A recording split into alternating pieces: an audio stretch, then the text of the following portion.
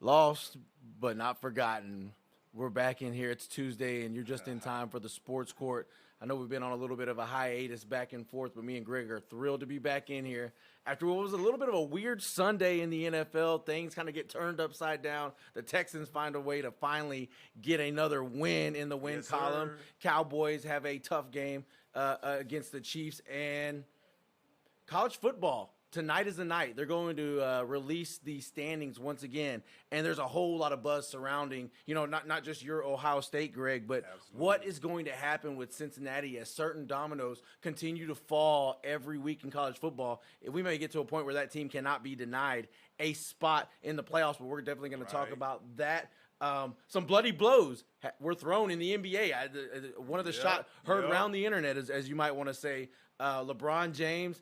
There was some madness going on. We're going to talk about that for sure. But first, we're going to start close to home real quick with the Houston Astros and just a little update. I know it's been a while since we've been in here, but Justin Verlander is going to stay here in It's Houston. so I know good to be back. after It the way, seems like we haven't been in here in a while. yeah, definitely after the way Lost things. but not forgotten.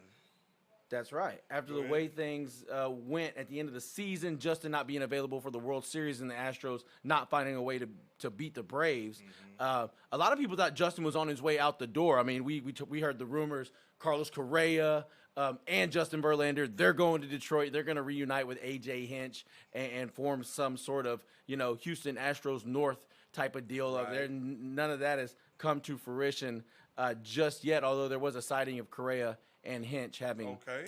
breakfast together. But Verlander's going to stay put, giving the There Astros he a is. very robust and possibly dominant rotation going forward. But you can also subtract one person from that list. Now, Kendall Graveman is no longer going to be an Astro. He's a free agent this year. He signed today with the White Sox, 3 years, $24 million, $8 million a year for him, Okay. and for a guy that was, he's about as solid as you could ask on the back end there for the Astros this season. A big part why they were able to get things together in the back half of the season, as well as be as good as they were in the playoffs and make it to the World Series.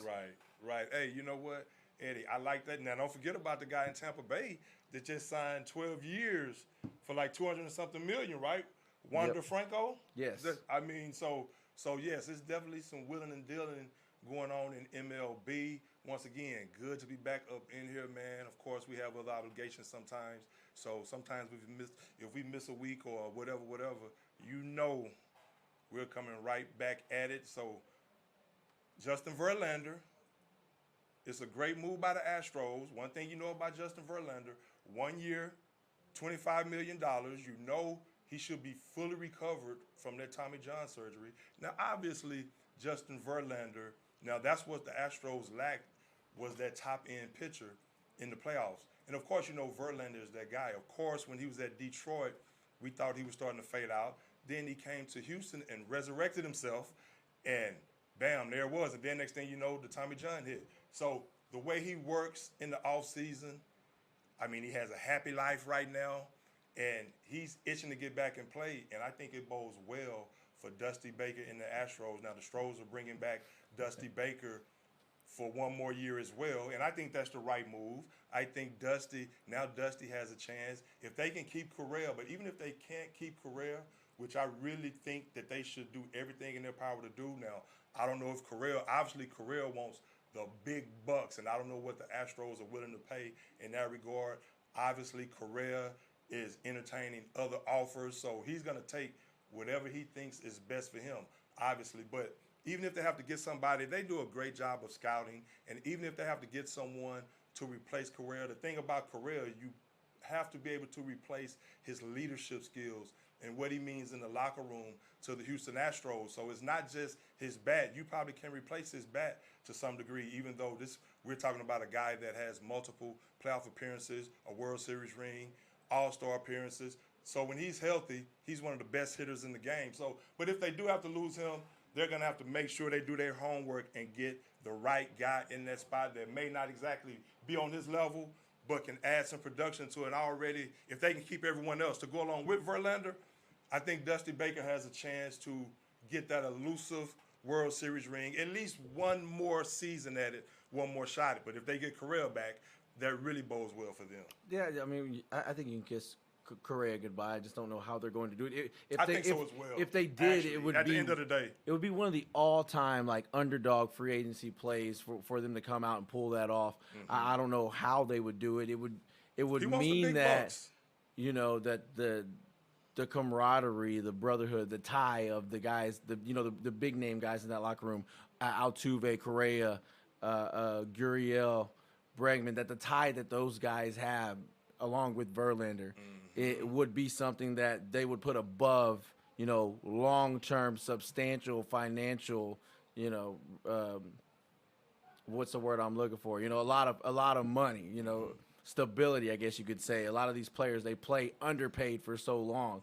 If Correa was to turn down, a $340+ million contract to sign a shorter deal with Houston to make this, to take this team on another World Series run for the next 2, 3, 4 years, that would just would just be one of the most unlikely, improbable. You could name James Click GM of the century if he was able to pull that off. I mean, I'm being real, Greg, because it would mean Stranger things have happened, it would mean that those guys mean a lot more to each other than they think a huge payday means to them. It means that they think that winning championships and building what is on the cusp of a dynasty would mean more than a lot of money. I'm hoping he's thinking on those regards, and he decides to take an offer based on situations like that it's a family atmosphere. He loves playing under Dusty Baker, and he loves the city and things of that sort. So if he will take a deal where he doesn't get as much money, early on or whatever, to go and get a couple of more championship rings, that would be a blessing to the Houston Astros fans. I hope he is thinking like that. But from what I understand, of course, he's doing his due diligence and he's entertaining other offers, and he's just biding his time, is just seeing exactly, like, do I want to go to the Texas Rangers? Do I want to go to the Boston Red Sox? Do I want to go to the New York Yankees? Correa's in that place right now at 27 years old. I mean, a guy whose prime is still ahead of him to about 32, 33, if he can stay healthy. So, hey, I know it's not baseball season right now. We're about to dive into some other things. Of course, college football, my Buckeyes, Eddie Cox, my Buckeyes. I know the rankings are about to come out, real soon, my friend, if I'm not mistaken. They should be pulling them up right now on one of these news stations. We're going to see if my Buckeyes are actually ranked, if they've been able to jump Alabama after that crushing of Michigan State. I'm gonna tell you, Eddie. Now we have a team from up north coming up this upcoming Saturday. We'll talk about that in a second, Eddie. But what did you think before we talk about the playoffs, things of that sort? Of course, we're going to talk a lot of NFL. We're going to talk about LeBron and his elbow to the face of Stewart and a few other basketball topics. Of course, the Phoenix Suns on the 13-game winning streak, playing better than ever. Golden State is still doing their thing. And, hey, I'm going to tell y'all right now, before we go back to what I was talking about, I'm going to tell y'all right now, Andrew Wiggins is going to make the All-Star team this year if they keep playing the way they're playing. But my Buckeyes, what did you think about that drubbing of Michigan State? I don't know, man. It doesn't surprise me one bit. I'm not so sure I was ever really a believer in Michigan State being of the ilk that their record said that they were. And I think we got to go first. They kind of sensed it coming when they knew that they had that big matchup with Ohio State. I almost feel a little bit of the same way about Michigan, although McNamara and Harbaugh give me a little bit more confidence that there is a chance they can go in there prepared and catch an Ohio State team that sometimes is proponed to start very slow. So, there's a possibility there. Although right now they look like they're hot as lava. But usually they start fast. This is a trend that is nothing new to someone who follows that team. As far as Michigan State, I got you. As far as we'll talk about that. As far as Michigan State. But it certainly is a good win for Ohio State when you want to look at what the committee's going to look at. That is a big time win under the belt of Ohio State, and it definitely gives them something that's going to spring them forward. How much, I don't know. No, I got you. It's going to be to either number 3 or number 2. Then we might jump Alabama, so we shall see in a few minutes, obviously. But the thing about the thing about the Buckeyes right now. Now I know they had a couple of games where against Penn State and against Nebraska where they were not playing to up to their capabilities. Now I'm on the record as saying we were going to drug Michigan State. And to your point about Michigan State, I agree. The same thing I thought about Iowa. When I watch Michigan State, of course, Kenneth Walker is a tremendous running back. But I even said before the game started, after watching them play, I said, all we're going to do is hone in on him.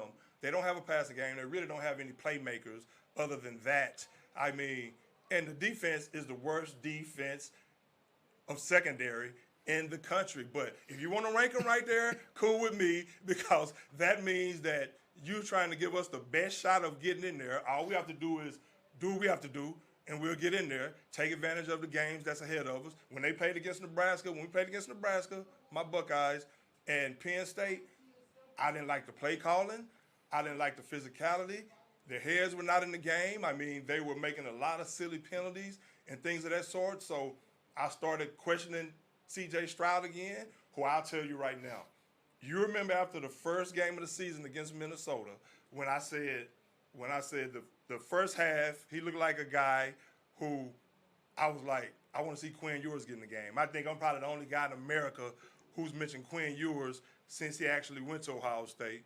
But I'm telling you right now, he's going to end up leaving. I said he went to the second half, and he looked like a top 5 pick. And around the third game of the season, the fourth game, I knew he was going to put up the Gotti numbers under Ryan Day.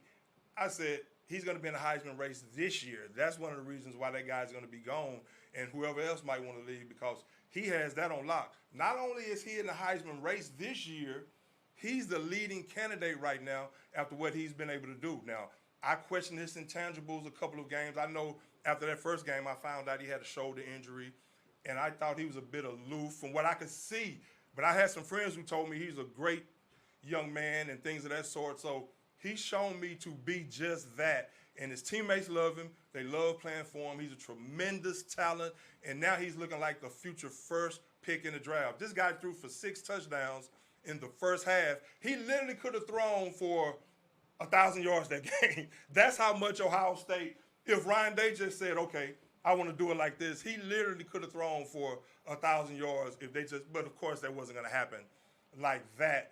But what they're doing on offense now, Ryan Day, he opened the playbook up. That's all I was asking for. And that's why I say right now, if they go to Michigan and it's not raining and it's a dry field, that 8-point spread they have, I mean, I might have to raise that to 15 or 20 if the weather is good. And I say the weather, of course, they both have to play in the same weather, but I think bad weather and rainy weather, that would negate a lot of that Ohio State speed and athleticism, and that would bode well, which Michigan has more of this year. Don't get me wrong. They match up pretty well in a lot of spots, especially those defensive ends.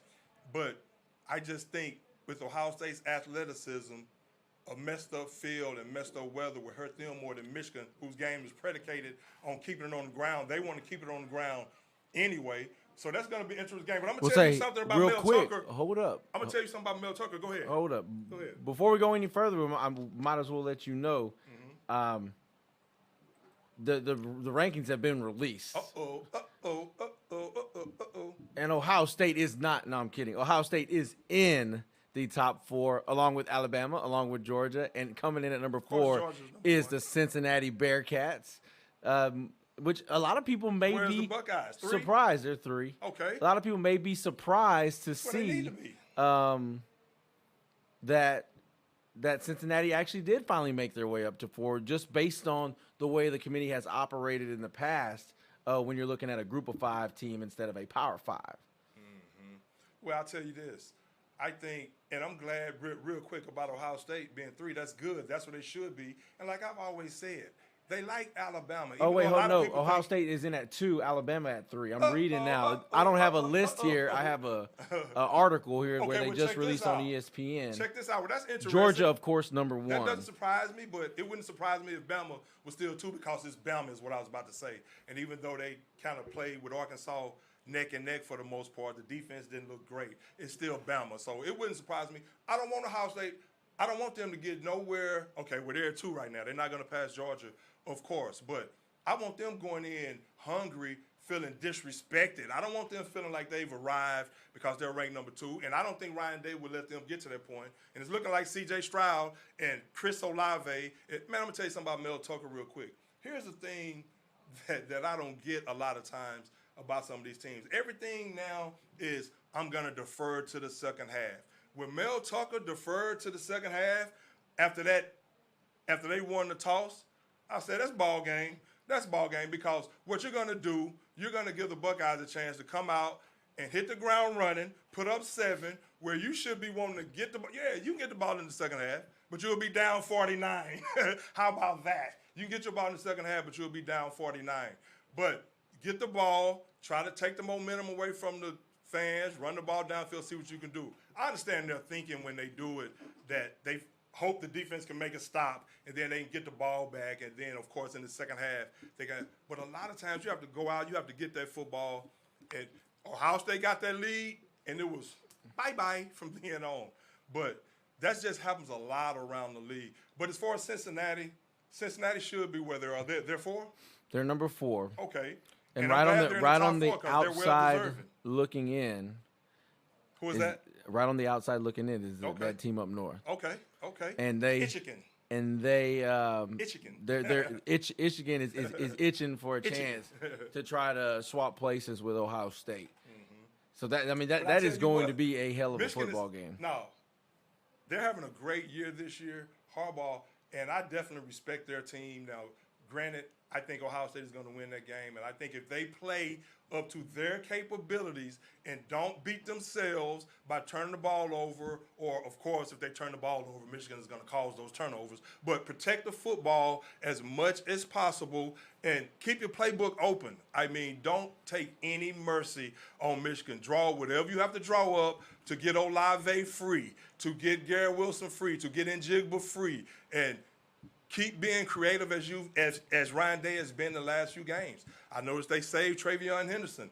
At first, I was like, man, let the man get his 100 yards. But then I thought about it. I like what Ryan Day is doing in that sense. You know, he may need him this week against Michigan. And in that Big Ten game, he's keeping him fresh. And he may need him. Well, he's definitely going to need him. And I think he's going to have a big game against Michigan, because I just think he's going to have a big game against Michigan. I really do. Let's see. I can tell you're hoping so, and it wouldn't Definitely surprise me. If the offensive line, Eddie, if the offensive line, here's what I'm saying about Travion Henderson. If Ryan Day commits to the run game and he lets the man, you have to realize running backs, they have to get worked up. He had 9 carries last game. Okay, I get last game, but there's been a number of games, even though he's had a monster season, there's been a number of games where I'm like, get a man the ball. I mean, throw him the ball. You know he's dynamic when you do. And so, but last game I understand, but he's going to have to commit to the run game and let that offensive line get used to mauling Michigan or doing what they have to do, leaning on them and getting lathered up, so to speak, coach talk, and see what they can do. But of course, you're going to have to stay creative in the pass game. But I like Michigan this year and the playmakers they have. They have a nice running game. And Harbaugh, again, like I always say, when is the football gods going to make sure that this is a rivalry again? I just hope it's not this year. And then I'm going to hope it's not next year, if Ohio State is in the mix. So, with a win, man, somehow it would definitely be revived. Yeah, Michigan is 0-5 against Michigan right now. I mean, Harbaugh is 0-5 against Ohio State right now. So now, baseball man tell you he's due. This is his best chance tomorrow, in my opinion. Baseball man say he's due. Next year, he don't have a chance. Bet the house. You said what now? I said a baseball man would tell you that just means he's due.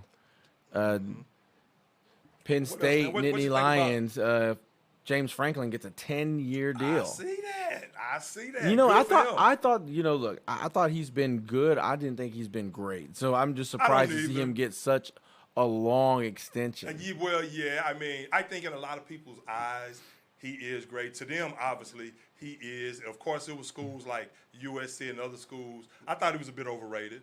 I thought he was a bit overrated as well. I mean, now, of course, last year he had to deal with the COVID situation. But I do think that he's a good coach, and I think he's one of the best coaches in the Big Ten. And so if he can keep some players healthy and continue to recruit, they know he's going to be there now. Yeah. I think Penn State is a team to be reckoned with during this tenure there. I really do. I really expected more. I mean, whenever you saw the kind of the job that Bill O'Brien's done, it's not that they've been terrible. You know, I expected this team to sort of make the jump and be able to compete with Ohio State to win this thing every year. That's kind of what I felt year, like. I mean, when they lost their quarterback, No, I Clifford, understand. For a while, I understand. that But I mean, really, they was on a downward spiral. when Franklin spiral took over there. for They're a O'Brien, tough team, though. you know, I got you. I got you. there was a lot of promise there. You thought, you know, even though with everything that had gone on, you see what Bill O'Brien was able to do. They always lose that one or two big games, you know, that they really need, and of course Ohio State is going to run that conference over there. But you know, whenever you they're think probably about looking it, at like, who else are we going to hire? You know, whenever 10 years. That's a long time, 10 years. So they're really invested in him. But hey, what do you think about? Okay, so Bama is at number 3. With that 10-year contract, real quick, Greg, what that has more to do with is every time there's a big opening in the NFL, you know, James Franklin gets a call. He got a call to interview with the Houston Texans back before they hired Bill O'Brien. You know, there was you know, he's been up there on the list of coaches that get interviewed at the college level for an NFL job. There's probably nothing more that would deter an NFL team to want to hire Franklin than to have to buy him out of a 10-year contract. So maybe, you know, I'm thinking, why would they give him such a long deal? Maybe, just maybe that's why. They like what he's doing there.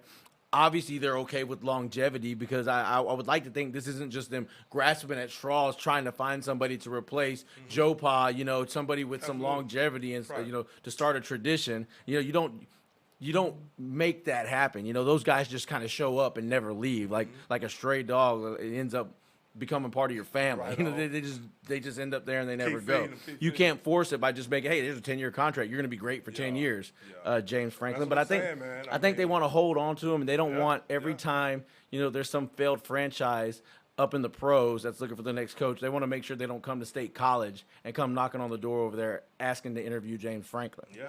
I mean, obviously with a 10-year deal, so hey, kudos to him. Kudos to him. He's set for the next 10 years at least, and we'll see how that plays out. You know, those college coaches, they always find a way. If they want to make a move, they always find a way, some kind of way to work the system and get out and go where they need to go. But Alabama, of course, is still at number 2, like you said, and of course, Notre Dame is still in the mix. Oklahoma State is still in the mix. We'll see how things play out this year, but of course, this you know, the remainder of the season. But of course, this upcoming weekend, hey, my Buckeyes got to get it done. We will get it done. So we'll talk. You know, anything else college you want to talk about? Real quick, what about you know, you've got Oklahoma State and Oklahoma. They're right there in the mix of things. I think they came in at 7 and 8. Okay.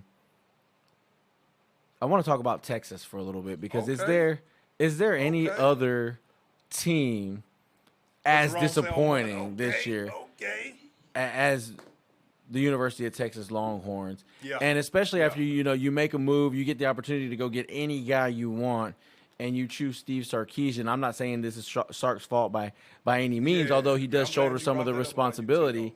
But UT's not even going to go to a bowl game this year, and that is just pathetic. Hey, like, you've heard me say it on the show, man. That is a team travesty. With that much talent. There's no reason. I mean, like 4 and 7.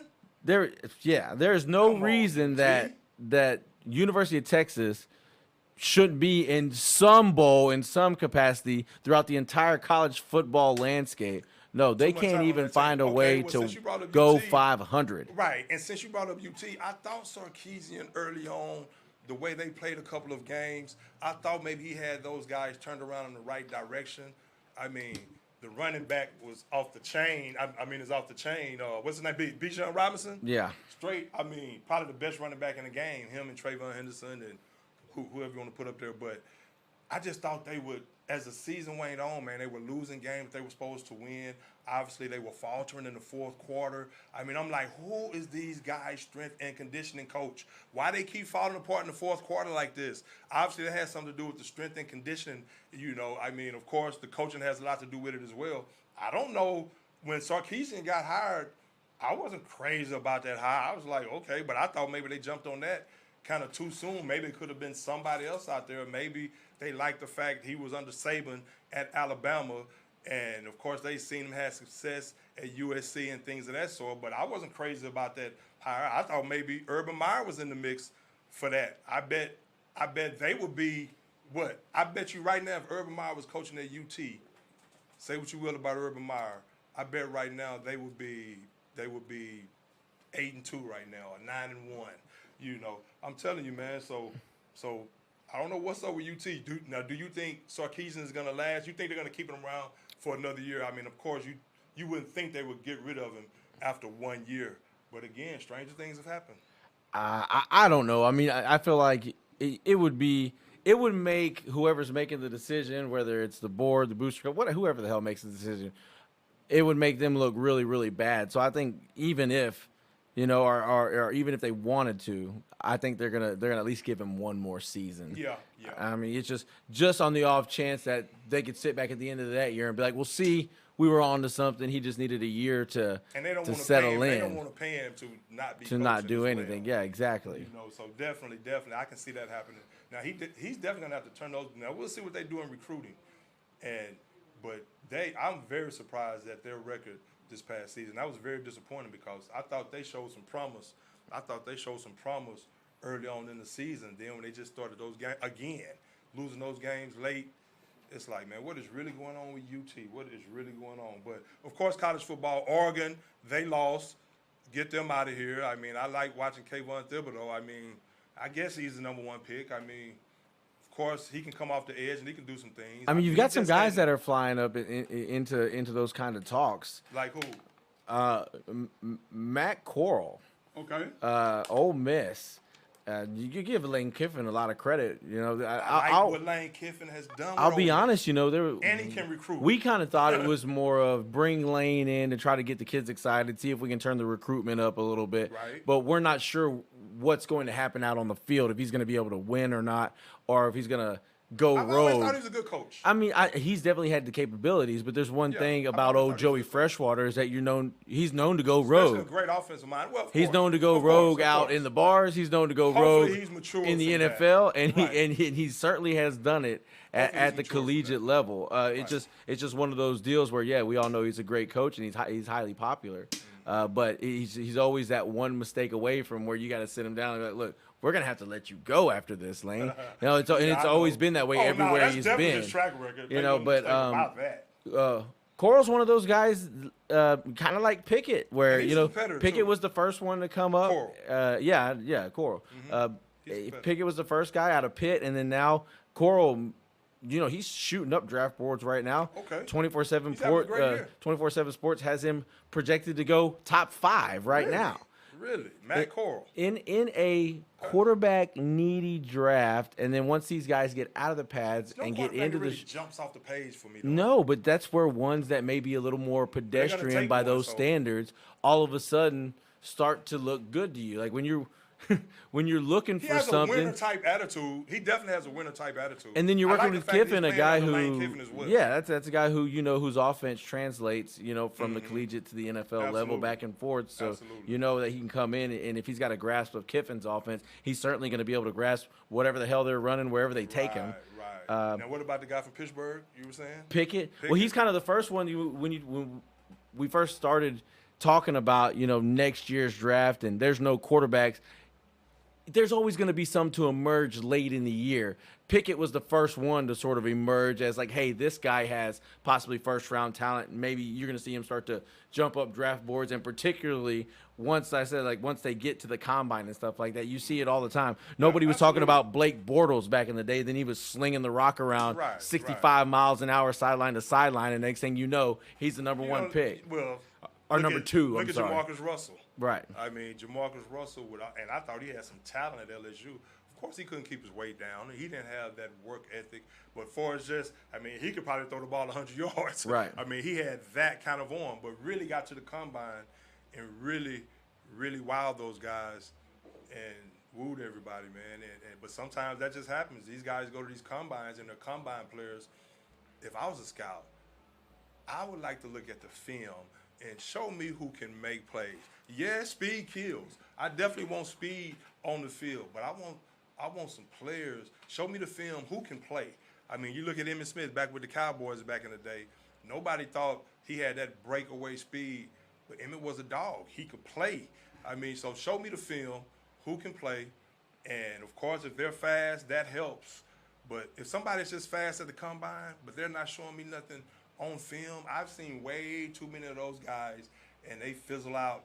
And unfortunately, fortunately for the kids, I mean, they continue to draft like that, more times than not. So, hey, let them do what they do. And then you have a guy, you'll have guys like, I'm going to be honest with you, like, we'll go back to Colin Kaepernick before he came in the league out of Nevada.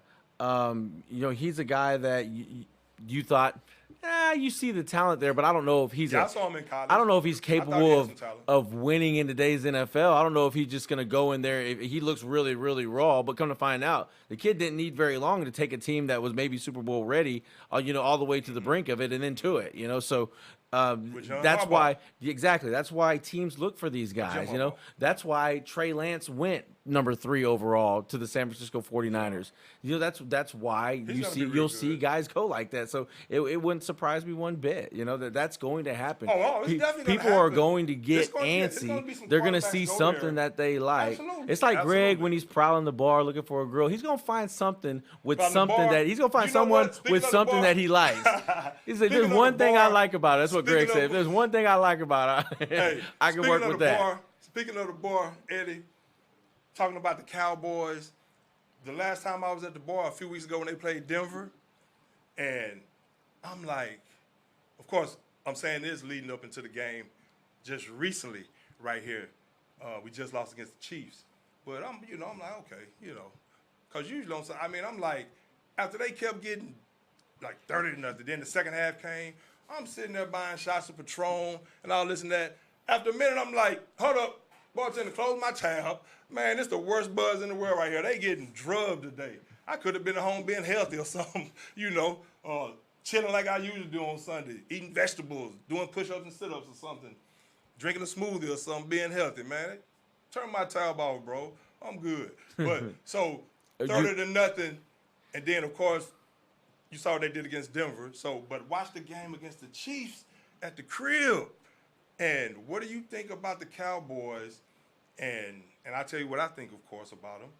But the way they looked against the Chiefs, and then the Chiefs, that's my Super Bowl pick, if you remember, the Chiefs and the Cowboys. I figured the Chiefs would get it back rolling. They hadn't all the way gotten it back rolling on offense, but we could talk about that. But what do you think about that game?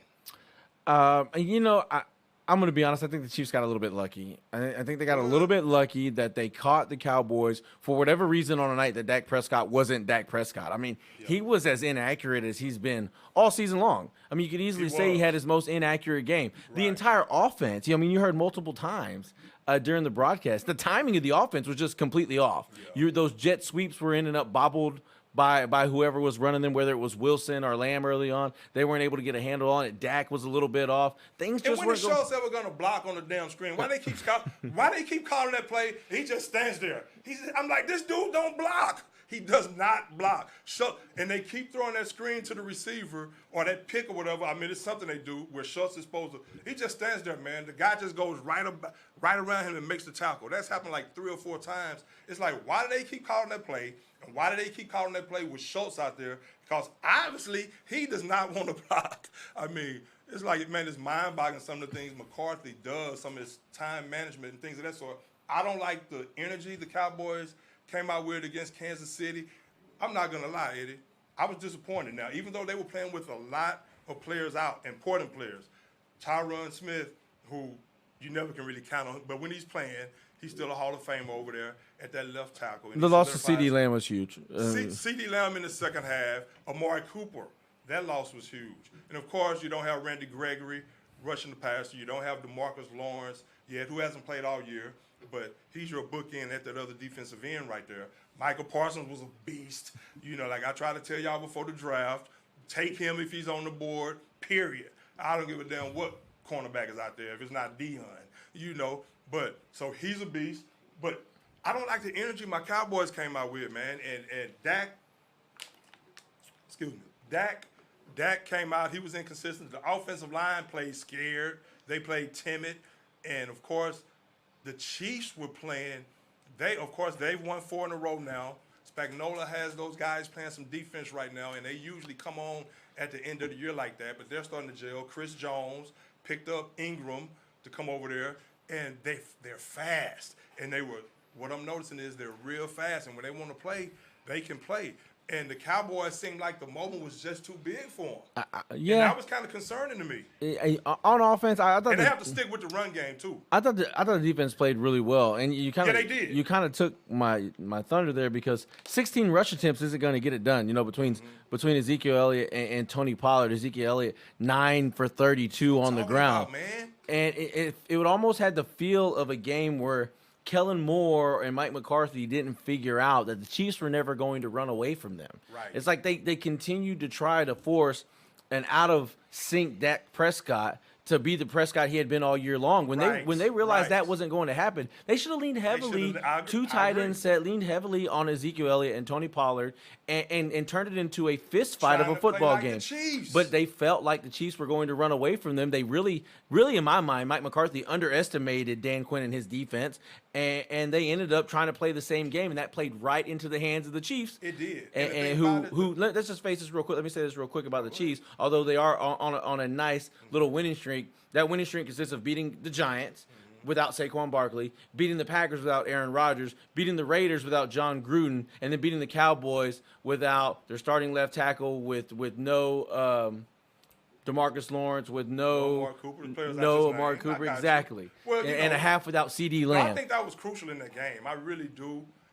But I still think Kansas City just brought it to the Cowboys. The Cowboys did not come out with that energy. I agree.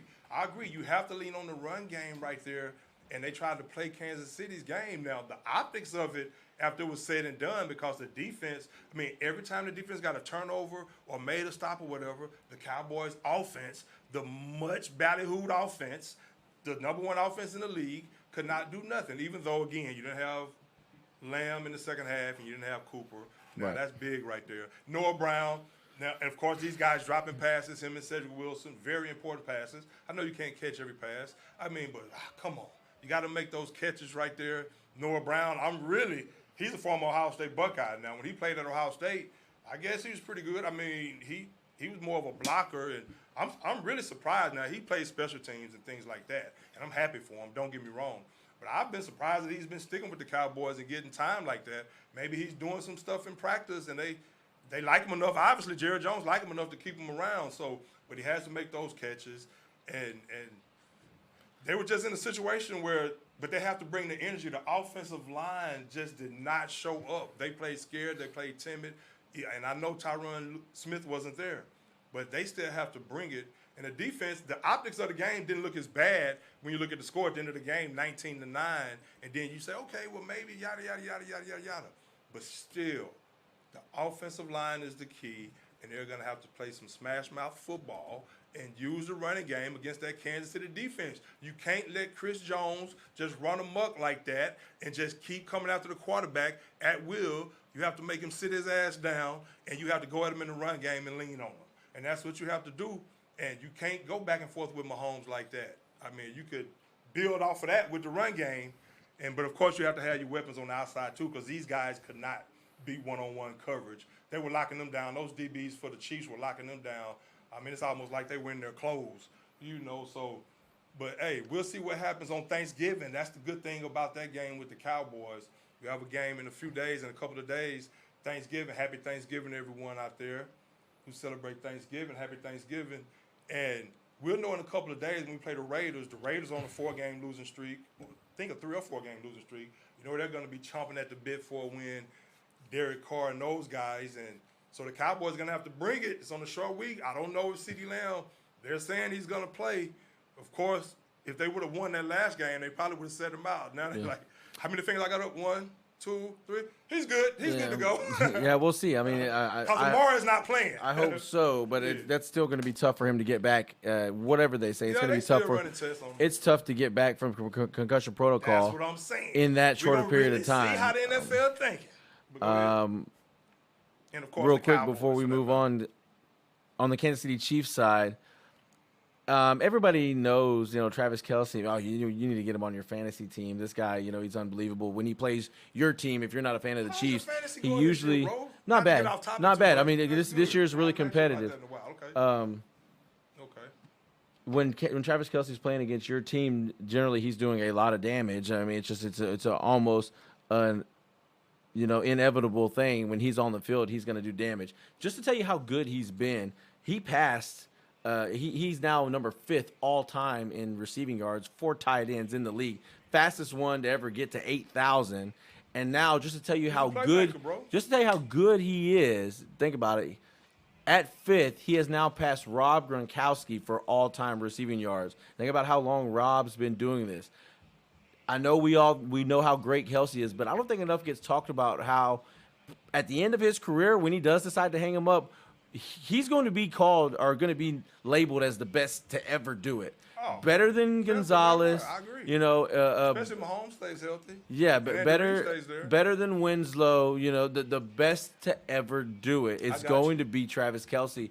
And I think just because the Chiefs have been so good, and I can argue with that right Mahomes gets a lot of the attention. Tyreek Hill, the explosiveness of that offense. Andy Reid and the big mustache and all that, they get a lot of attention. The best tight end in football. Everybody just knows he's great. They just go on about their business like, oh yeah, he's great. No. Kelce is probably the best tight end that's ever lived or ever walked the earth. He's that good, and he's going to be that when it's all said and done. His name's going to be atop the record books in probably every single category there is, as long as he stays healthy. And he hasn't given you any reason to believe throughout his entire career so far that he's not going to remain healthy. He's pretty much been a stalwart in that lineup. Hey, that's an interesting take. I mean, because I really agree with you that he has a chance to be that guy that you're talking about. He has a chance to be the best ever. If you in that offense with Patrick Mahomes, one of the best QBs ever, Andy Reid, and the way they design plays and the way they draw up plays for Travis Kelce, and he continues to keep his explosiveness, even at the age he's playing at, he continues to be a big playmaker type of guy. He's not a possession receiver. He can still make plays down the field. He can still utilize his speed. He still has some wiggle. He can still make some plays. He's still a run after the catch type tight end, and he can run any route on the route tree. So, hey, I can't sit here and argue with you right now that if he keeps on this trajectory, that he will be the best to ever lace him up playing that tight end position. So that's an interesting take, man. Now, Rob Gronkowski, of course, last night Tampa Bay beat up on the New York Giants. The New York Giants, Eddie, fired Jason Garrett today. Subsequently fired their OC. Well, it's time for Jason Garrett to go. Your old favorite head coach. I don't know about that. I like Jason Garrett as a person. He seemed like a cool dude. I played catch with Jason Garrett one time. He was a yes man. No, I'm serious. When I was a kid, I played catch with Jason Garrett. You did? Yeah, I played catch with him at Texas Stadium. Cool how you can go go take the tour and all that. Yeah. We went there and there weren't a lot of people there, and he was out there on the field at the time. Yeah. He was the backup quarterback for the Dallas Cowboys. Yeah. And I could have been maybe 6 or 7 years old, maybe. Mm-hmm. And we were chucking that old rock back and forth, man. That's what's up, man. There at the old Texas you never Stadium. Told me that. Yeah, I honestly sometimes you just forget about stuff like that. But yeah, that was a long time ago. I ain't ask a bunch of questions anyway. So, right. Nah, we just never got around to it. But I like that though. So that's what's up. Hey, when it was time for him to go, he can't throw any more footballs into the Giants players right now because it was time for him to go as offensive coordinator. You saw Daniel Jones; he never progressed as a quarterback. Now they're going to give him a chance. Now he made some throws last night. Daniel Jones, all that talent that the Giants have, they're going to have to get it right. Of course, Joe Judge, he's never going to hold himself accountable for nothing. And, of course, they've had some injuries. I want Saquon to get healthy. I really do. But Kadarius Toney, like I told you a while back on this show, Kadarius Toney is going to be their best offensive player before you know it. And Daniel Jones, the jury's still out on him. I still want to give him an opportunity. Now, we'll see what they do. We'll see what they do as far as who they hire. I think they're going to give Daniel Jones one more year. We will see. They did draft him in the first round, and I think they see some talent in him. He has to cut back on the turnovers. That interception he threw last night to the offensive lineman that was right there, the defensive lineman that was right there, that's not on Jason Garrett. But Jason Garrett did nothing to help that offense, had a terrible record the time he was there calling the plays with the New York Giants. So the Giants got whooped up on last night. Now, they have some talent, but they're going to have to get the right coaches in there, and they're definitely gonna have to get some guys healthy. Tom Brady, to your point about the tight ends, Tom Brady was leaning on Rob Gronkowski last night, like he's always done. Now we talk about Travis Kelce. Now we can't forget about Gronkowski. Gronkowski is a bad boy as well, and when he can stay healthy, I don't know how many years left he has, and of course they have so many weapons in Tampa Bay as well. He's probably not going to get the target, but Tom Brady likes to look for him. And if he can stay healthy and continue to be productive for the next 3 years, and remember, he has championship pedigree as well, So that'll be an interesting debate, if we really see what Rob Gronkowski does from here on out. But you saw last night, Tom Brady, who stays fired up, even at 44 years old, man. I love his passion for the game and the way I like to see the way he competes out there. They've lost 2 games in a row. He said we cannot lose 3 games in a row. And he went out there, of course, it was against the Giants. This year's Giants, but he went out there and did what he had to do. Mike Evans broke the record for touchdown catches by a wide receiver now, I think, in some capacity. But, hey, Tampa's looking good. Who else? He was due for a slump Hurts, buster. man? That's what Tom needed. Tom needed a slump buster, and it came in the form of Daniel Jones and the New York Giants. Now, True that. Real quick, there's been talk about what happens next. So Jason Garrett, he's the first domino to fall. Gettleman is slowly but surely wearing out his welcome as none of the moves that he's made have really panned out so far. Is it all his fault? Probably not. But yeah, the picks are kind of not looking too good. Although you've got Tony, you got Tony and Jones is something Shepard. I think that the jury's still out on. Saquon. I believe they're in desperate need of Galladay. some innovation on their offense, just something new, for the young talent that they have. The same stuff with the Cowboys. Remember when I used to come on this show and talk about his vanilla offense all the time? We'll see what Freddie Kitchens has in store, as Freddie Kitchens now will take over as the offensive coordinator. And look, let's be honest, he wasn't that bad as OC in Cleveland. It was when he became a head coach. And things started to pile up on top of him when you realize just how large his deficiencies were. Right. But as OC, he did a lot of things that made people in that organization, and Baker Mayfield before, he turned on him, made them believe that Freddie Kitchens was the guy. He has a pedigree, right. Well, that's why they hired him as head coach. Maybe he can breathe a breath of fresh air into Saquon Barkley in that offense. But you know what, too, though? In his defense, he was regarded as a good coach even before they hired. That's why they hired him.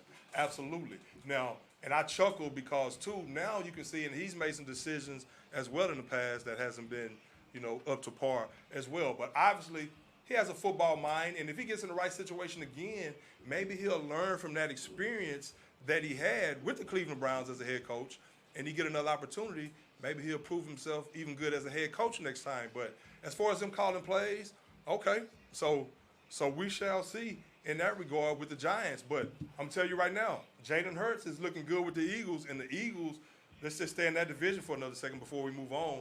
And, of course, we're going to talk some NBA, too, as well. So stay tuned. You're listening to The Sports Court. I'm Greg. That's Eddie. The show where we keep it 100% of the time. But the thing about it, too, now the Cowboys are doing what they're doing. Of course, the Chiefs are doing what they're doing. Tampa Bay, all these teams like that. So where do you see Philadelphia in the way they're doing things right now with Jalen Hurts, who I've said all along, Jalen Hurts, show me what I'm not seeing. After the first game last year, when they benched Wentz or when Wentz got hurt or something, and Jalen Hurts had that game, I said, Carson Wentz has to start looking for a new home. And that's exactly what happened, but not to really harken back on that. But my point is I saw the upside, even in that game, in those 4 games, even though I saw some things that he could work on, of course. But Jalen Hurts is a dog, and he has Philadelphia right in the mix, and they're starting to play some very good football as a team, and he's leading that team, and he's playing like the quarterback that I thought he could be. Devontae Adams right there at wide receiver, he has him a weapon to throw the ball to. He can make plays, of course. He has some other players that can make some plays, the offensive line. I mean, they've just been playing some good football, so really watch out for Philadelphia. But I like what Jalen Hurts is doing. I mean, you're right. At first with the Eagles, Sirianni, you come in, he's a real young guy. How is he going to be viewed by his players? Are they going to view him as somebody maybe who, all players play for their coach, but when things are going wrong, as the season didn't really start the way they thought it would, would this team crumble? Would they be like, man, would they say, man, we have a kid, coaching us. We need somebody, who knows what they're doing, who has more experience. Yeah. But that didn't happen. They kind of solidified around Sirianni, and it started with Hurts and his ability to elevate his level of play, and for Sirianni to get that out of him. And they've done it by running the football tremendously well. I mean, this is one of the best. This has become one of the best rushing offenses in the NFL, in the league. I mean, they dominated a Saints rush defense that is viewed or sits most of the time at the top of the league when you talk about stout run defenses. It was a surprising, maybe not victory, but the way and in the fashion that they won, it was really surprising to me. And then I saw some stats where somebody did some deep digging on Jalen Hurts, and you wouldn't be able to tell, even watching all his games, but Jalen Hurts, through this amount of time in his career, has identical stats to Lamar Jackson. Talk to me. So MVP, I got you. Now Lamar Jackson although Lamar Jackson has had more success, his teams have won more ball games. He's won hardware and has been an MVP. Jalen Hurts has had ups and downs. But when you look at what they were able to do through their first 28 starts. Yeah. Well, he only played the last 4 games. The exact last year, right? same. Yes. Yeah. Okay. Or yeah. I mean, so Jalen Hurts. Yeah. I think now with especially having playmakers around him like Devontae Adams, and I've always believed in Jalen Hurts. Now, I'm not saying that he's arrived yet and he's made it all the way there. Of course, there's some things that he can continue to work on, like accuracy, reading defenses, and things of that matter. But Jalen Hurts is a franchise caliber quarterback, period. I mean, all this stuff about we're going to see if they really want to keep Jalen Hurts or we're going to want to see if they want to play. I'm like, why? Let the dude play, get something around him, and you will see. You have your great talent and a great young man as well that can be a great leader of your team and your franchise. And he's resurrecting Philly right now and has the city of Philadelphia very excited. So the Cowboys have to stay on their P's and Q's. Now the Cowboys have to win that game against the Raiders and then go from there, get some players back, and continue with that same trajectory. You have to play the right way, maul people, and things of that sort. I'm going to tell you who's been mauling people. The Vikings have been playing some good football as well. Kirk Cousins, what do you think about Kirk Cousins beating your boys, your Green Bay Packers? It was weird because looking at the line coming into that game, I was thinking, man, they really are giving Minnesota a real good chance at this ball game. It makes me think, what do they know?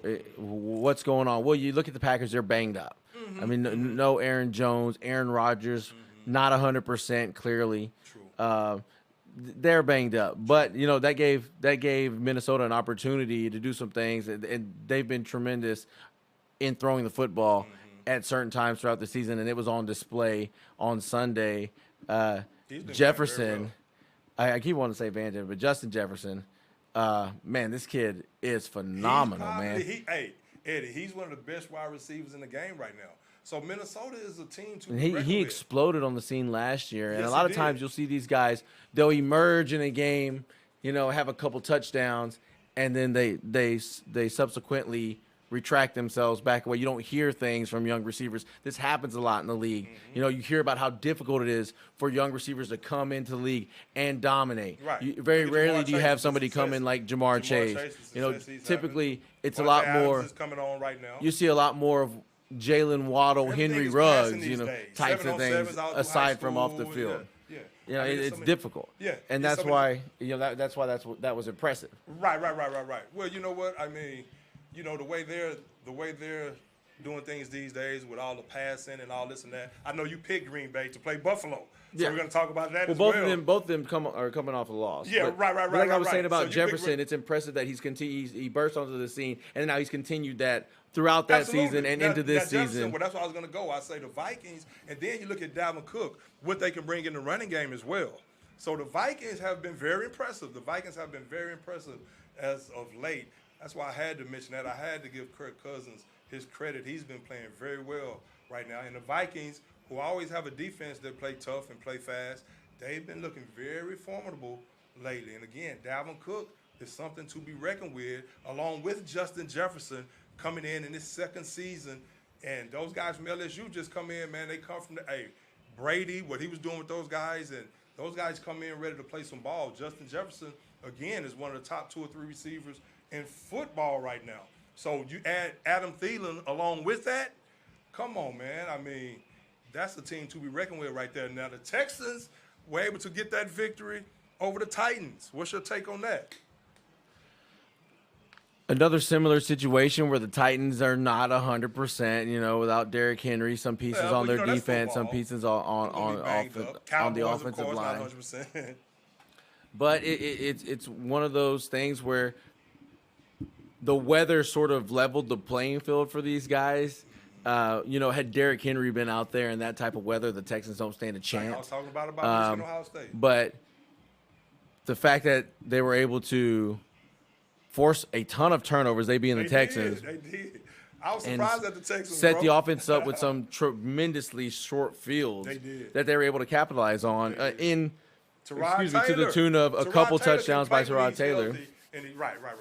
And a handful of field goals. Yeah. And that was enough to get it done on a day where Tennessee's offense was historically bad. Historically bad. I mean, the interceptions by Tannehill, I was like, damn, for real? I mean, Tannehill was tripping out there, man. I mean, Tannehill was really – guys have bad games. I mean, I get it. And that was obviously one of those games for Tannehill. But it was surprising. I thought the Texans would come in there and get walloped by Tennessee. And Tennessee, a team like that, again, like you said, without Derrick Henry, something they like to lean on the run game, and Tannehill gets his off of Derrick Henry and what he does. So – but they've always been a team that tried to be physical and tried to do things. And so they're really not a team that's going to come out and just beat you through the air. And when the weather's bad like that, I mean, Yeah, A.J. Brown goes out late in the game. That didn't help anything. That didn't help at all either. But you got to give the Texans credit, though. The Texans came, and that's the thing about the Texans. The Texans came out ready to play that game. I mean, of course, they lack a lot of talent. When you talk about the defense, they came out with some energy. There's still so much on the offense. I mean, if you take away 2, really incredible scrambles by Tyrod Taylor, and we're talking about a completely different ball game. Whenever the Texans offense was gifted the football on the doorstep of Tennessee's end zone, and a couple of times they settled for field goals. Kamal Grugier-Hill had an interception, taking the football all the way down inside the 5 for the Texans, setting up a 1st and goal, in which they settled for a field goal. Still a lot of issues with that offense, unable to get out of neutral. What the Texans are going to do about that, I have no idea. Philip Lindsay. We're talking about the Texans. Philip Lindsay's out the door. Right, yeah. They got rid of Ingram. I mean, like I said, I'm giving them their to me, it's more about game, the defense. It's more about the defense being. And I don't know about that. I think it seems like they may be able to win a couple games where they're not going to get the first pick. With the same energy? But that defense has been good. I mean, regardless of what the record says right now, the defense has been good in most games. When you have an inept offense that the offense cannot move the football, the offense cannot get first downs, the offense cannot score touchdowns. That takes the wind out of the sails of a defense. That takes the will out of the heart of a defense.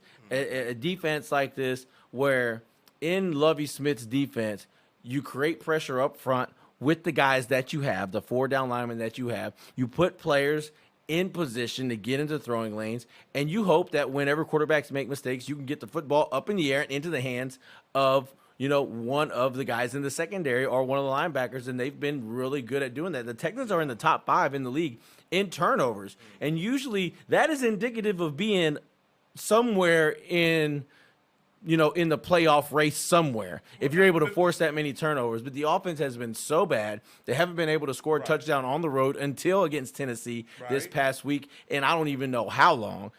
So there is just it's just unfortunate to see. Yeah, exactly. It's unfortunate to see a defense that shows a lot of promise still struggle because an offense really cannot that's do what happens anything when with the you football. don't have Deshaun Watson.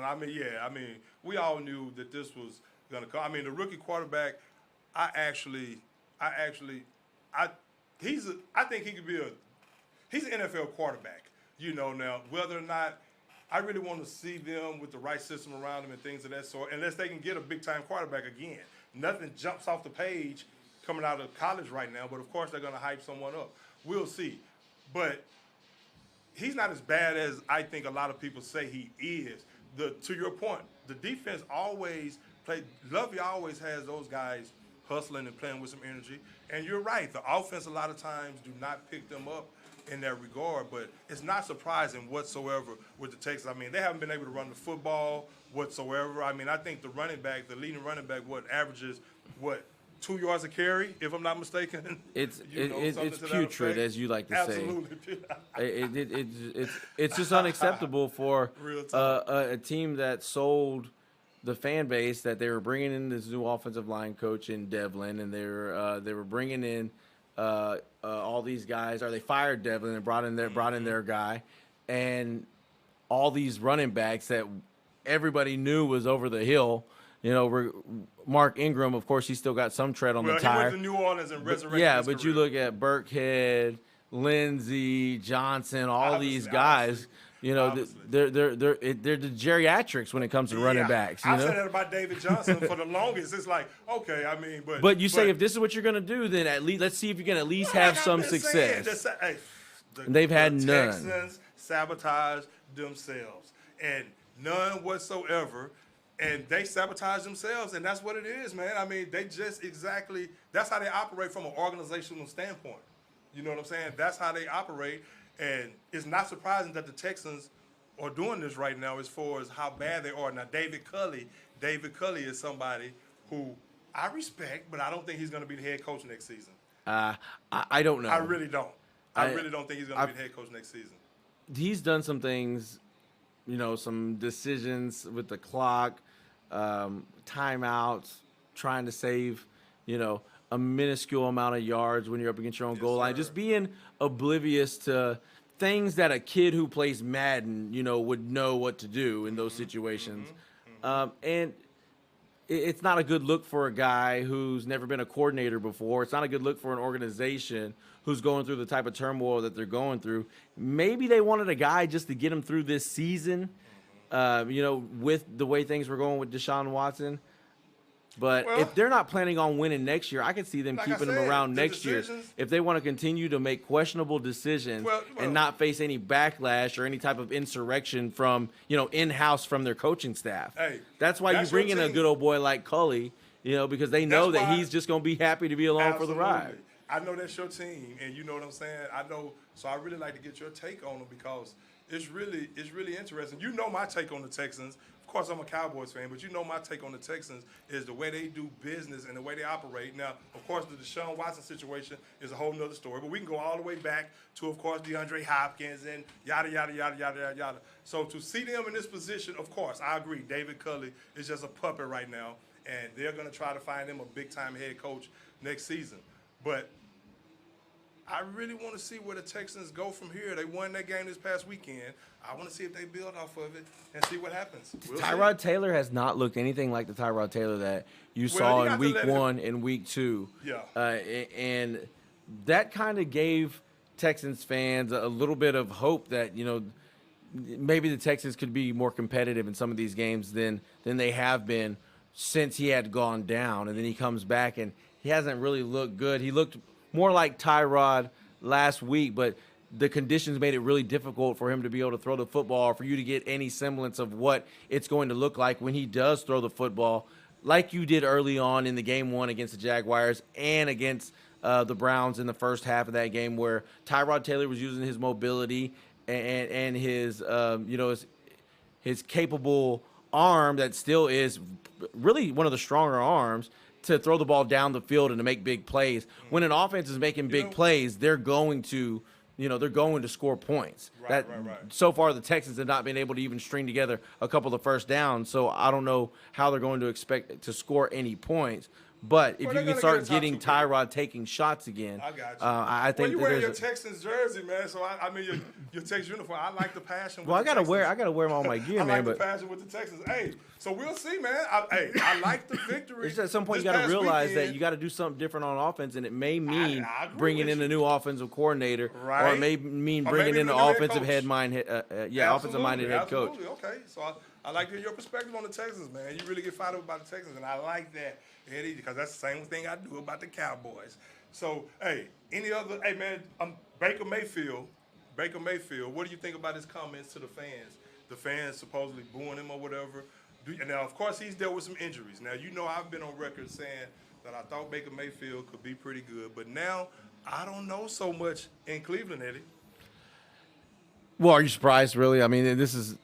Well, he's dealt with some you injuries. talk about some of the moves that they made and stuff. We all question the Odell Beckham Jr. signing, and then what? Now where is he at? He's down to what, 4th on the depth chart in L.A.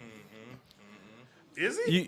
He's 3rd, but I mean, he's not getting any. He's not getting any Well, he targets. played one game. He ain't catching the football. I He's played know one that. game. It ain't. You say, where is he? I'm like, hold on. What? Okay, I know he just went to LA, I'm so ju- we're gonna see what. I'm just saying, moving you forward. make questionable decisions. You think you just stack all these guys into the locker room and make it work. It may look good for a while, but if it's a house of cards, it's going to fall. And that's kind of what it looks like could be happening. Although I'm not going to go through too far with that. I'm not going to throw the baby out with the bathwater. Right. They still did have a big win against Cincinnati. Right. A Cincinnati got it team back going. that was on the Since they got it rise. back So there's still a lot of capability there, a lot of capability in that defense. Still offensively, they are a rudderless ship without the two-headed monster of Nick Chubb Chubb. and Kareem Hunt. Absolutely, I agree. And so far for what has it been the last 6 weeks or so, they have not had the combination of the two healthy. No, they haven't. They Not haven't. since I think they played the Texans. It's been one or the other has been down. They got Chubb back last week, but they still severely lack, sorely lack having Kareem Hunt there, especially his contributions in the passing game, being an always safe and open, check down valve for Baker Mayfield, because Baker is a guy that you're going to have an offense schemed up around him that's Yeah, going to he help. seems like he's that type of guy He's right not now. He going really to does. carry the team on his shoulder. He can drive the car, but he's not going to be the motor that drives it forward. He'll steer the wheel. Right. And that's about it. I think they're going to be okay, but I'm not surprised to see them fluctuate up and down. Where one game they may come out and look like they may be the Browns that they were Juggernauts. last year, and they can go on and beat the Chiefs. Yeah, they in definitely a have big the game. consistency yet. No, No, and what? then Think about- they look like a team that's backsliding just the very next week. Right. Well, I mean, I don't really watch the Browns that much, but I know they have the defensive players and Garrett and those guys, and they're definitely Baker. I don't know. Now he's dealt with some injuries. He's playing with some injuries. Now they did ask him the question. What did he say about the fans? He's like, these probably the same fans that's making noise when we're. Oh yeah, when you're trying to drive. Yeah. So they. I think asked it was. about- I think they it was a actually good way asked to him the handle it. question. Well, there's a lot of people criticizing him for his comments, but they did ask him the question. They asked him the question, and he answered it. Now, if he would have left, if he just would have said, I don't really care, or it doesn't really matter, or something like that, and left it at that. But the part that he added on about the fans not being quiet, those part of the same fans, that sarcastic comment, I think that's where the uproar comes from. But they actually asked him the question. What do you expect? Like, what do you expect Baker to say in that scenario? You want him to pretend that he didn't hear the booze, again, they because asked him the question. then you're gonna question, his toughness.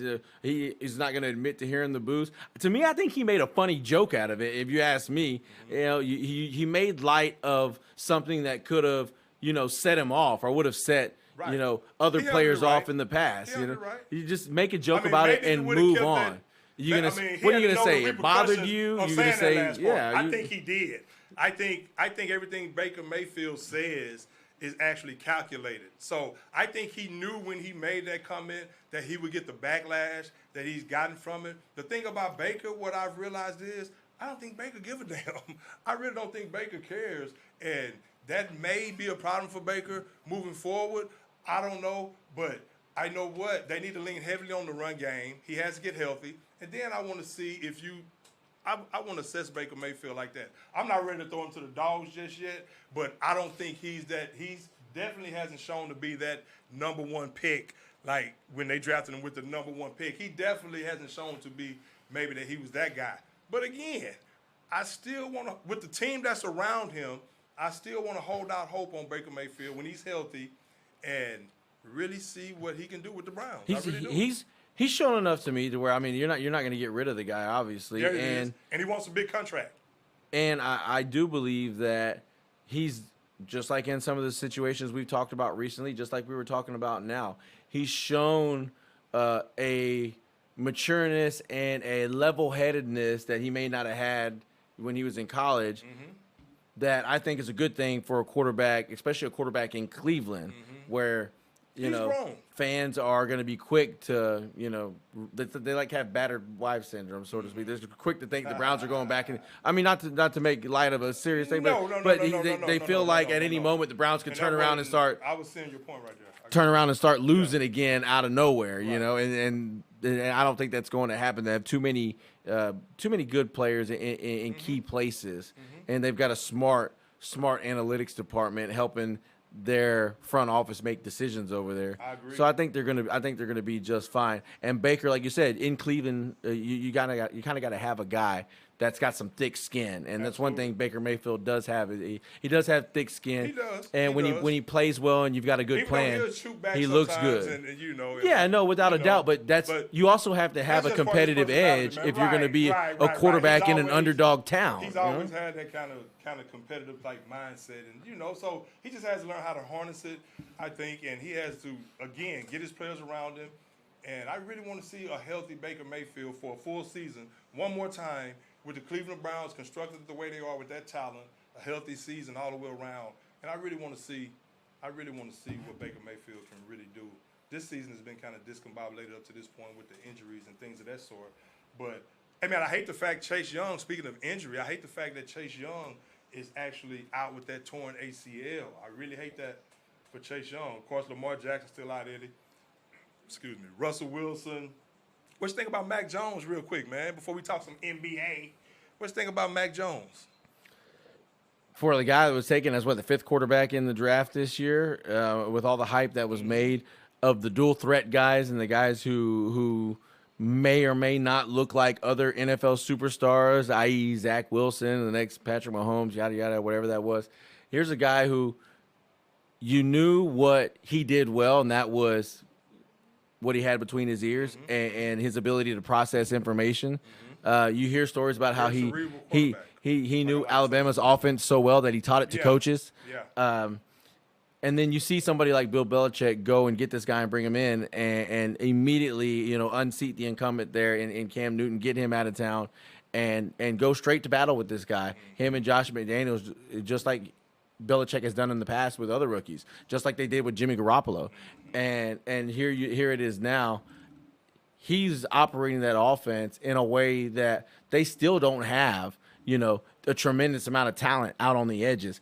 They're lucky stars that they're able to get Hunter Henry because he has been a tremendous addition for the middle of the field. And that really has helped Kendrick Bourne and Myers and some of them other receivers on the outside be able to get some separation, get some space, because whenever the Patriots get down and within striking distance, all eyes are on Henry.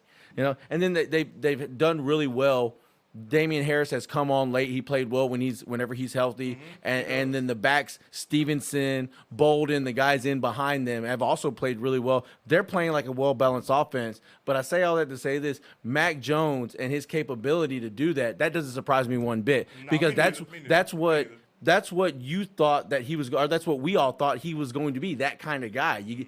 Now all you got to do is make sure he doesn't go in there and turn over the football. And he hasn't done that. He's not going in there and making these wow throws. What he's doing is he's making the right decisions. He's making the safe plays, and he's not making mistakes. I agree. They drafted him because of his mindset. And hey, that defense is back, and they're doing new stuff that they'd never done before. Bill Belichick continues to evolve, even at the late age that he is now, in the late stage of his coaching career. He's a great coach. He's the greatest ever. He's the greatest ever, Bill Belichick. And what they're doing right now on a 4-game winning streak. Hello, how y'all doing? What's up, Nick? Hey, how you doing? How you doing, young lady? On a 4-game winning streak right now. And, of course, it's Bill Belichick, the greatest to ever do it, man. The greatest to ever do it. And Mac Jones fits exactly the type of quarterback that he likes, the type of thinking quarterback who's going to make the right plays, who's not going to beat his team. in any way possible. And he's and a great leader. And he's all of that right now. He's not throwing for a tremendous amount of yards, but he's making the right plays. Of course, he's throwing, the Bill Belichick type system and the system that they run, checking down, throwing to the open receiver, throwing to where they're not, and things of that sort. And like Hank Stram, the late great Hank Stram was saying, matriculate the ball downfield, boys. And so he's actually doing a great job. He's doing a great job with them, and he's looking like the best rookie quarterback in the league right now. Now, speaking of rookie quarterback, and there's something to be said too, Greg, about whenever you've got a team or an offense where all the pressure is not going to be on the rookie's shoulders. Not everybody's expecting Mac Jones to come in there and save the day. So many times we talk about these high prospect quarterbacks that are coming out in the top of the draft and how much pressure is going to be put on them when they get to wherever they were going. We were just talking about one of them in Baker Mayfield. Think about all the pressure he had on his shoulders going to Cleveland, when they're still looking for the savior. Everybody knows who the savior is in New England. It's Belichick, along with, his arsenal of coaches, Daniels, and that defense. So the fact that Mac Jones doesn't have to go in there and make that team better, all he has to do is go in there and not make mistakes and just play football, that's a big reason why his confidence and his level of play is through the roof. Exactly. Right. I mean, he's well coached. He's well coached. And the thing about it, he's in a great culture, a great environment, and he came in there with that attitude. Like you saw him during the draft. He said, and Richard Johnson said they've been booing out there at the dog pound since before Kozar was taking snaps. So get used to it. Right. So maybe he could have left that part out about them. The guy. But they asked him the question, what do you think about the boos? But, of course, Baker had to take his shot right there. He could have just left part of it out, and it probably wouldn't have got, looked at as bad as it did if he just would have said, hey, I really don't care. But when he added the other part, that's what happens. But Mac Jones, man, I'm telling you, man, I like what he's doing. I like the fact that he just knows how to get the ball to the right people and protect the football. Like I said, man, he's a great leader, man. You remember I made that statement that he's going to be a Hall of Famer. I was kind of talking tongue-in-cheek right there. But playing with Belichick, who knows? He may coach till he's 85 years old. Who knows how long Belichick is going to coach? He's wearing that hoodie. Hell, he's probably on the treadmill right when he leaves the game. So, hey, we'll see, man. I like what Mac Jones and the Patriots are doing. The Patriots are for real right now. You mentioned that defense. I 100% agree. Hey, it's Bill Belichick. You'd have to say they're trending in the right direction. Defense with the New York Giants going back. I mean, what are their losses? They lost to the Cowboys in a really close game. Who else did they lose to? I'm having trouble remembering right now. But I know they lost to the Cowboys in a close game. Look, to me, they're nipping. I mean, not even to me. I mean, the standings will tell you. But they're nipping right at the heels of the Titans and of the Bills. Whenever you talk about it, they're actually, I think they're tied with the Bills now for the second spot in the AFC. So far, New England, and the reason I was asking, so far New England is that one team, and it's a bit surprising because they have the rookie quarterback, but they're that one team that hasn't shown issues with losing to these, super inferior teams. When you got Buffalo losing to Jacksonville, Tennessee, although conditions and health wasn't in their favor, they lost to the Texans. I mean, you're seeing this happen, throughout the NFL where teams are jumping up and beating teams that they shouldn't. And it makes you wonder, are any of these teams for real? And the Patriots so far, they've been that sort of steady Eddie team where they haven't, in their losses, they've still looked good. They haven't had that game where you go, wow, I mean, even when you think about, not to bash on the Cowboys, but you look at the Broncos, you're like, oh man, that's the one game where you feel like, how the hell did that happen? What they're doing, they're going out beating teams that they're supposed to beat, and that's the sign. That's the sign of a great team right there. Again, Bill Belichick. Bill Belichick is going to have those guys ready to play at all times, and he's going to scheme up some stuff on defense. And guys just feel good when they go to England. They're getting coached to success. I mean, they're put in the best position to succeed. They like the culture. They like the environment. So they're feeling good mentally, and they get in there, and they just know their roles and what they have to do to help the team win. It's a team environment, team first environment, and guys just buy in.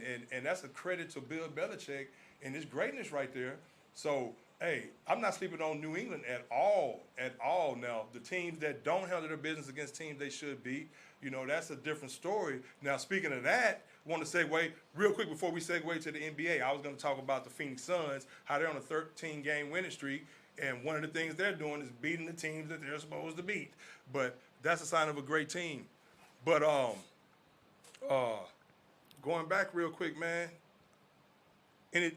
What else? What else? As far as the NFL goes, Yeah. The only thing I wanted to mention would be what a tough season the Seattle Seahawks are having, and I don't think you or I, either one of us, saw this coming. A combination of injury to the quarterback and to Chris Carson, who we now find out Chris Carson is going to be out for the remainder of the season. He has elected to have surgery on his neck. Get the highest draft pick they can right now. We're going to talk about the Rockets, too, and that draft pick. Stay tuned. You know that's not in Pete Carroll's nature. Is there any chance Seattle can turn it around? Wilson and company, DK Metcalf, Lockett, they can recapture some of the magic they've had in years past? Or is it just clear that there's something rotten in that fridge somewhere and they need to clean it out until they find out what the culprit is and replace that or get it out entirely? Yeah. So which you think it is? You know what, man? Who are you talking about again? Seattle. Like, is this something where they're declining as a whole? Was what I'm saying? Are they declining as a whole, or is there one thing that's missing, or one part that they need to place, or one cancer, so to speak, they need to remove? Here's the thing with Seattle.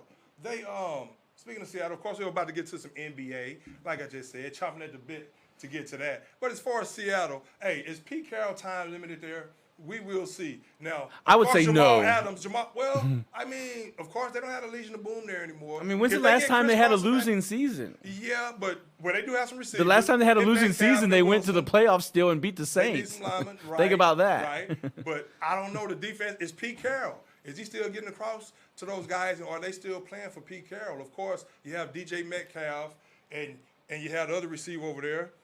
You have some guys that can go. Yeah, Lockett and company. Lockett. I mean, you have some guys that can go, of course, if you have Carson in the backfield, but it's just something about Seattle. I don't know about the defense, but with a healthy Russell Wilson, you would think that they're always going to be viable. Don't get me wrong in that regard, but I don't know exactly. You pay Jamal Adams all this money. I've said from day one, he's a great downhill free safety where he makes tackles and things of that sort. And he's physical, and I like his competitive edge on the field, and, I like the way he fires his teammates up. He's a playmaker. He can play. He's around the football, but still not crazy about his pass coverage. You just have to have a lot of other speed and talent in the secondary to have him be that guy. Yeah, I mean, and he's not because you're going to have to cover up some of his deficiencies. Absolutely, and he's not a great pass coverer. That's it right there. So you're going to have to cover up that right there. Did you see that meme? You paid him all that money, Eddie, to your point, you're right. Hey. And you paid him all that money. So to your point about Seattle, is Jamal Adams, you paid him all that money, and he's not really the free safety where, again, in pass coverage, he's going to really help you. Is he really worth what you gave up to get him? They give up 2 first-rounders? I don't know. I can't remember what they gave up. It was something in the neighborhood of that. So I don't know what's up with Seattle, man. I really don't know. All I know is what I was trying to say. I saw a meme that said Jamal Adams has 3 career interceptions. He now ties Vince Wilfork atop the list. What I'm talking about, man. I mean, you got the Hawk back there, man. You gonna play that free safety? Well, sometimes moving the linebacker. Coaches and teams are they get caught up in what used to work for them. Absolutely. Like they used to have that big heavy hitter back there in Cam Chancellor, so we need to replace him, and so we'll do it with Adams. Those days over, man. People forget, you're playing in space now. Or you can forget that it's easy to forget that Chancellor was really good because they also had another freakishly tall safety in Brandon Browner, and then they also had really talented corners on the outside. Seattle's not as good in their secondary as they used to be, and they don't generate a pass rush. So and Richard Sherman is trying to get healthy with Tampa. We were talking about Tampa. When they get healthy in their secondary and stuff, of course, they're going to be a team to be reckoned with in the NFC. And we didn't really get a chance to talk about Buffalo. They're on a downslide right now. We're going to talk some more NFL next week and some other teams that we can discuss. But we want to talk some NBA as well. We'll finish about Seattle.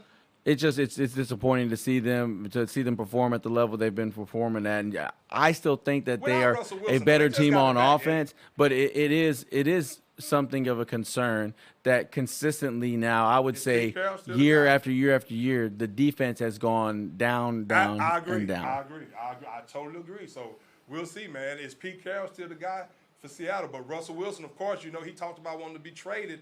Then he backtracked on it last season about wanting to be traded. So maybe he's seen some things like some questionable things with Seattle as well, where he's like, I don't know if I really want to be here right now. We're not the Legion of Boom anymore. Should have 2 Super Bowls. Should have 2 Super Bowls on my hand. But of course, they didn't want me to get MVP.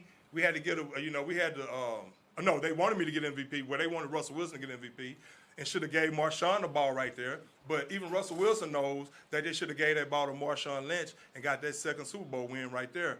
But I don't really see where he can see that team is really taking off and ascending to where they're really going to be a team to be reckoned with. So I don't know, man. We'll see what's going on with Seattle. But I tell you what, we're going to talk some NBA real quick as well. And, of course, as the show wanes on, the weeks wane on, the Sports Court, the show where we keep it 100% of the time. I'm Greg. That's Eddie to my left over there. Of course, we're going to talk more NBA as the season progresses. But, of course, going on in the NBA right now, before we get into the Lakers talk and Phoenix and Golden State and whoever you want to talk about, Eddie, in that regard, the Bucks are coming on right now. LeBron is not playing tonight because of what we talked about. But the Houston Rockets, man, at 1-16, now, I like Coach Silas, but he gone. I mean, you're seeing all kinds of articles come out now about there are you can make a case for him to stay. One case being, I don't want the guy to lose his job, man. One case being, John Wall's just sitting on the bench. Yeah, I know. Where he could be a tremendous leader, not just in practice like they say that he's been. We're traveling with the team, practicing with the team, helping out the young guys. Promote KJP. And I get that, but you got to still play. At some point, wins, man. You keep your job. You're hamstringing your franchise when you got that much money tied up in a player and he doesn't play. Well, maybe they're trying you're hamstringing your hand, coach. There's no. I'm hearing zero traction. The Astros can get zero traction. It was before the season. Okay, so zero traction they can on anybody wanting John Wall. That's surprising. You serious? When you're owed $90 million, John Wall played well last year.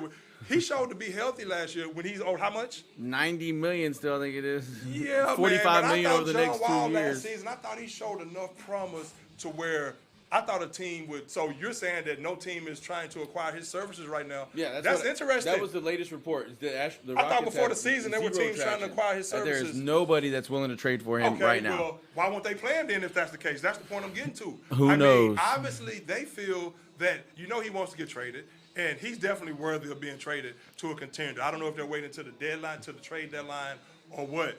But the thing about it is, John Wall can still play, and he can still play at a high level.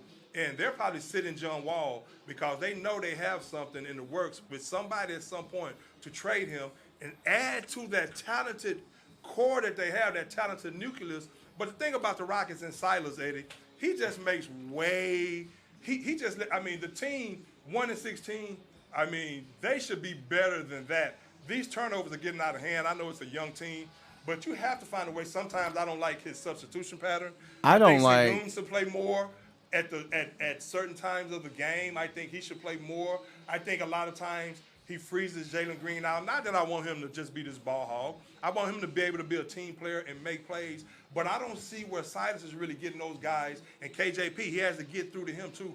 I don't really see where he's getting these guys to play team basketball. And, of course, the turnovers are just disastrous right now. It doesn't make any sense. At some point, you have to get to them and be like, don't turn the damn ball over. I want you to compete at a high level. I want you to play hard, but think and be smart. That's one thing I hated when I used to coach, man.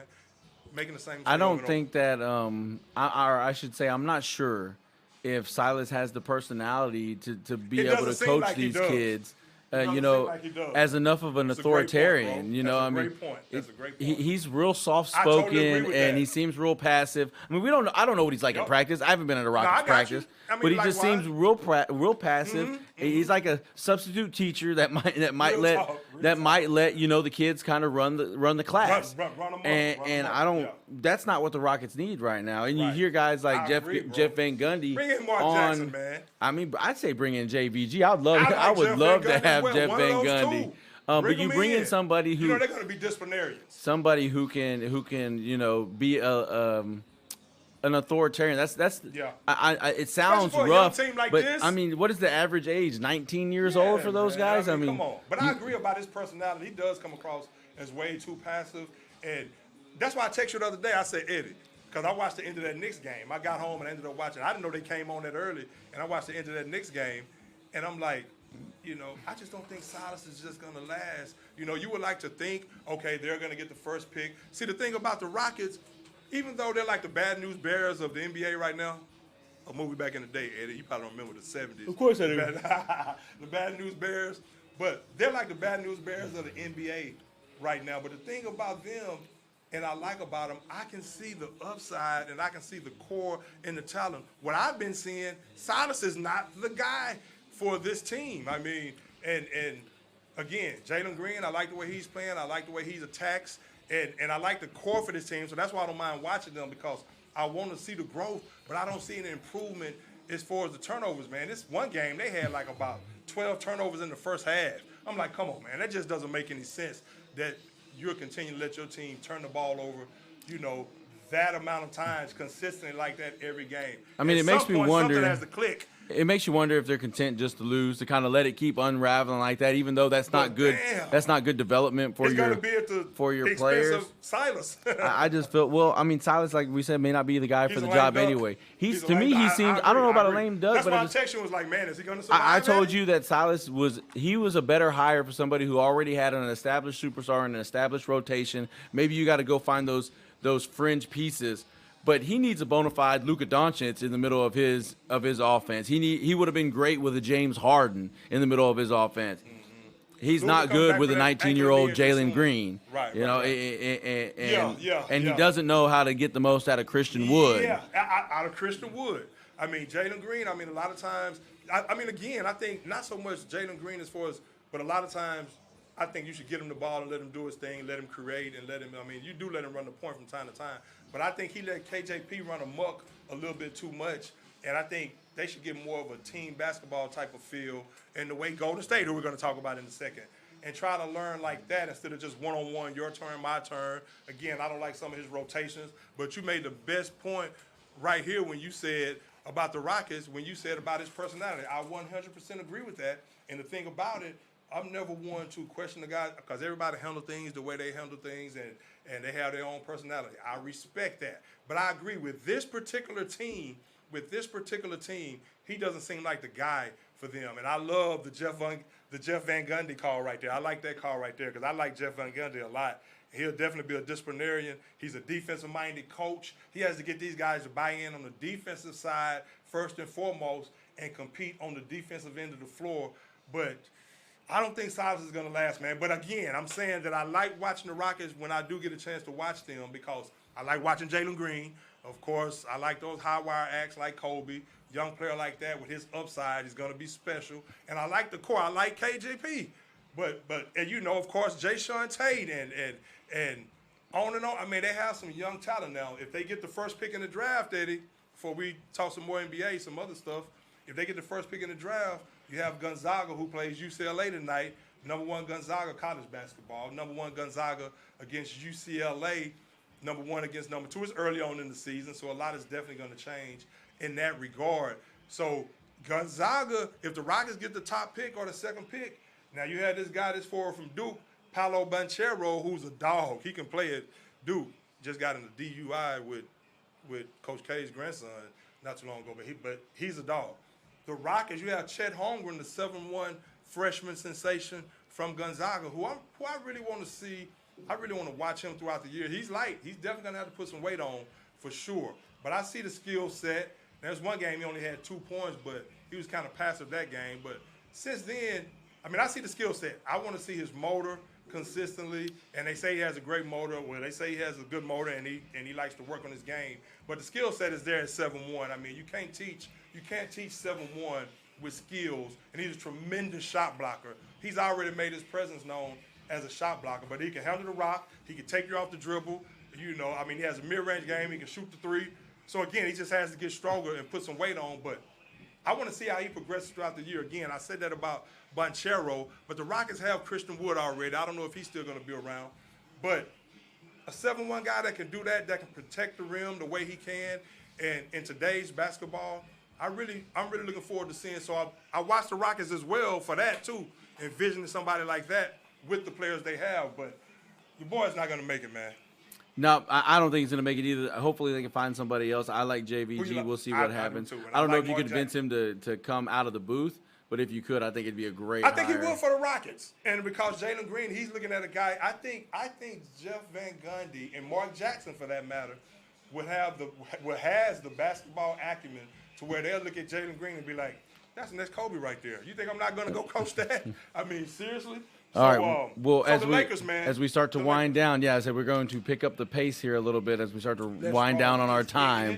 We're just kicking it. You want to talk about the Lakers first, or you want to talk about the Warriors first, and then finish up with the Lakers and LeBron and all that madhouse? Well, the Warriors. Well, first, who got Klay Thompson back on the practice court? He practiced fully today. I think it was his first full practice. The Warriors, I think they surprised a lot of people the way they came out of the gate. If they get Klay Thompson back and they continue to roll the way they're rolling. Well, I made that statement, Eddie. Not to cut you off, but no, you're fine. Okay, best in the West right now, best in the league right now. Yeah, at 15-2, and I picked the Warriors to make the finals. We're gonna talk about the Lakers here in a second. Then one thing about the Warriors, and you have to give, of course, Steve Kerr a tremendous amount of credit. But I'm gonna tell you who flies under the radar for the Golden State Warriors, and that's Bob Myers. I mean, the talent that he brings in. You remember even last year, Eddie, when we was on this show and they were losing, even time Steph had been out, I've been saying that they've gotten rid of a couple of those players and brought some other players in. But I said a couple of times on this show, I see some talent in the Warriors. I see something in Jordan Poole, and I see something in such and such. And he has a good way, Bob Myers has a good way, and Steve Kerr for that matter, they have a good way of finding players that fit their system, but that can do multiple things, that can guard on the wing. I mean, look at Kuminga right now. He look like he's going to be a star, 19 years old. I mean, you have Steph playing at the MVP level right now. You see what he's doing. But they always find players. Then you bring Iguodala back, a champ with championship pedigree, with that kind of offensive mind and skill set, and you just need him to beat Andre Iguodala, the championship Andre Iguodala. He's not going to be the same player consistently as he was 3 or 4 years ago, but just the way he sees the floor, the way he gets other players involved, his mentality and his leadership ability with championship pedigree. Then you look at Draymond still bringing it. I mean, with that passion and that energy, these guys, and I said on the show before, this is what's so impressive about Golden State to me and Steph and Draymond. And like you say, you have Klay coming back as well. Is they have 3 championship rings right now.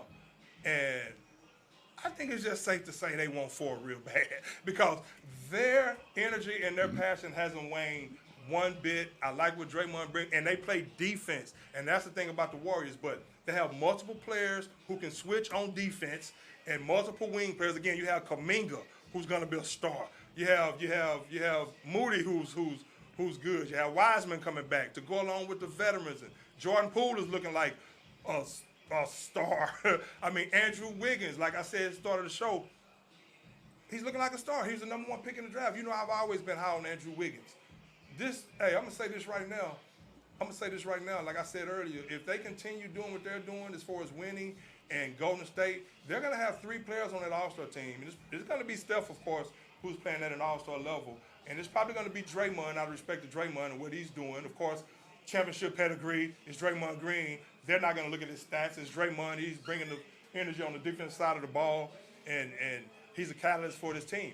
Andrew Wiggins is going to make the All-Star team if he continues to do what he is doing. And the thing about Andrew Wiggins is he's already part of the best wing defender in the game right now. But now he's showing you why he was the number 1 pick. He doesn't have the weight of a whole franchise on his shoulders. He fits this role perfectly with Golden State. Steve Kerr, initially when he got there, one of the things I used to always say about Andrew Wiggins was he needs to tighten his handles up. Seems like he's tightened his handles up to some degree. What's up, T-Clo? It seems like he's tightened his handles up to some degree, and he's taking guys off the dribble like he can do with his athleticism. But when Steve Kerr first acquired him, he started making Andrew Wiggins more of a playmaker. He started making him bring the ball up. He let Andrew Wiggins know the confidence that he had in him, and he brought that talent out of Andrew Wiggins, man. Of course, you have Steph and these guys, but Andrew Wiggins' role for this team right now is an amped-up Harrison Barnes, man. I'm telling you, he's going to make the All-Star team this year, and he can go for 30 on any given night, and he's not bashful about getting his shots right now. He's feeling confident. He's feeling like he's the guy. He's feeling like the number one pick. He's in his prime. He's coming into his own. He's coming into his body, and he feels good about where he's at as far as his basketball career right now, man. I'm telling you, Andrew Wiggins. Now, of course, I'm talking all this Andrew Wiggins stuff. Of course, there'll probably be a couple of games here and there where you'd be like, but I like what Golden State is doing as a whole, and Wiggins, again, is bringing it, and he's giving them that other element. Now, when Klay gets back, of course, everybody can't shoot the basketball at one time, but everybody's going to have so much freedom to work with. And that's the thing with Wiggins. He's had so much freedom to work with playing with Steph. What Steph is doing right now is crazy. But these guys are in their prime. They're feeling good. And Golden State looks like the team to beat right now. The Phoenix Suns. And Phoenix looks good too, but everybody talks about their offense and then forget that Golden State, as in just like in every year that they've been good, their defense is at or near the top of the league in almost every category. Absolutely. Points per game, they're number one. Yes. And of course, a team that scores a lot of points, if you can be number one in opponent points per game, that's how you win a lot of basketball games. Draymond Green's still doing his thing over there, clearly. Yes, sir, Eddie. Yes, sir. And Phoenix actually is, 13-game winning streak. Of course, they made the championship series last year against the Bucks. The Bucks are playing better in the East, and we probably won't have time to really talk about them tonight. But told you, Grayson Allen's going to be a nice, quiet pickup for them. No. But you're getting some other guys back. But before we talk about the Lakers, Phoenix on a 13-game winning streak. The thing Phoenix is doing, again, they're beating the teams they should beat, for one, and they're actually protecting the basketball right now. And they have like 6 players that average in double figures, like 8 players that average at least 8.9 points a game. So they're getting production from everybody. They're moving the ball around, and these guys will be right back in the mix in that Western Conference to go against maybe the Lakers. Eddie, what do you think? I don't think it's going to be the Lakers, but right now they just don't look well. I like Golden State. I think we talked about it preseason. For me, it was Utah and Phoenix, who I was really high on. We sort of were unsure about Golden State being that. You know, I was trying to segue into the Thompson was not quite back yet on the court for him. They showed they can win without him in this system and utilize the new young talent that they have on that roster. Klay about to come back. Now, Wiseman about to come back. Shot blocker, rim runner. They're gonna have since to use we're him moving like in to talk about the Los Angeles Lakers, what the hell was up with the mayhem going on the court the other night between Isaiah Stewart and LeBron James? LA, as far as the Lakers go, have not looked good. They're at 500. They're stuck in neutral. Now they're trying to get LeBron James back in the fold, but are they stuck in neutral because of Russell Westbrook, do you think? I mean, the guy makes turnovers left and right. Now, again, we didn't know if that was going to be a great fit for the Lakers. Now, of course, it's a LeBron James-led team, and all 3 of these guys are Hall of Famers: Anthony Davis, Russell Westbrook, and LeBron James. It's early on in the season.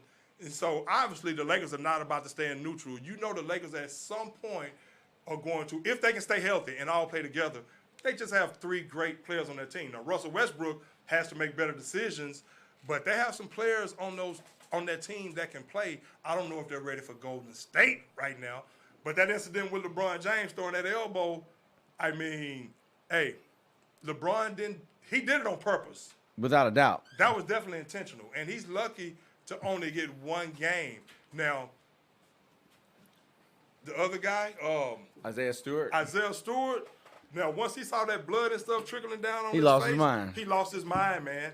And I put myself in his shoes right there. Now, a lot of people say, it's easy for us to get up here and say, well, he should have did this and did that. But think about that, man. If somebody, next thing you know, you get elbowed like that, and you feel so disrespected after a second, once that pain kicks in where you see that blood dripping down, and at that moment, you have to put yourself in his shoes. Now, they tried to de-escalate the situation, but I really can't fault that guy for acting the way he did. Man, because LeBron caught him with an elbow, and that guy probably immediately, when he saw that blood and that gas, he probably like, hold on, bro, I'm scarred for life, man. This man about to get it, But, of course, it was some people going to get in between him, and he was hysterical and all that kind of stuff right there. But I don't think there was any. Once he saw that blood dripping down, and that pain from that elbow, man. But LeBron is lucky to only get one game.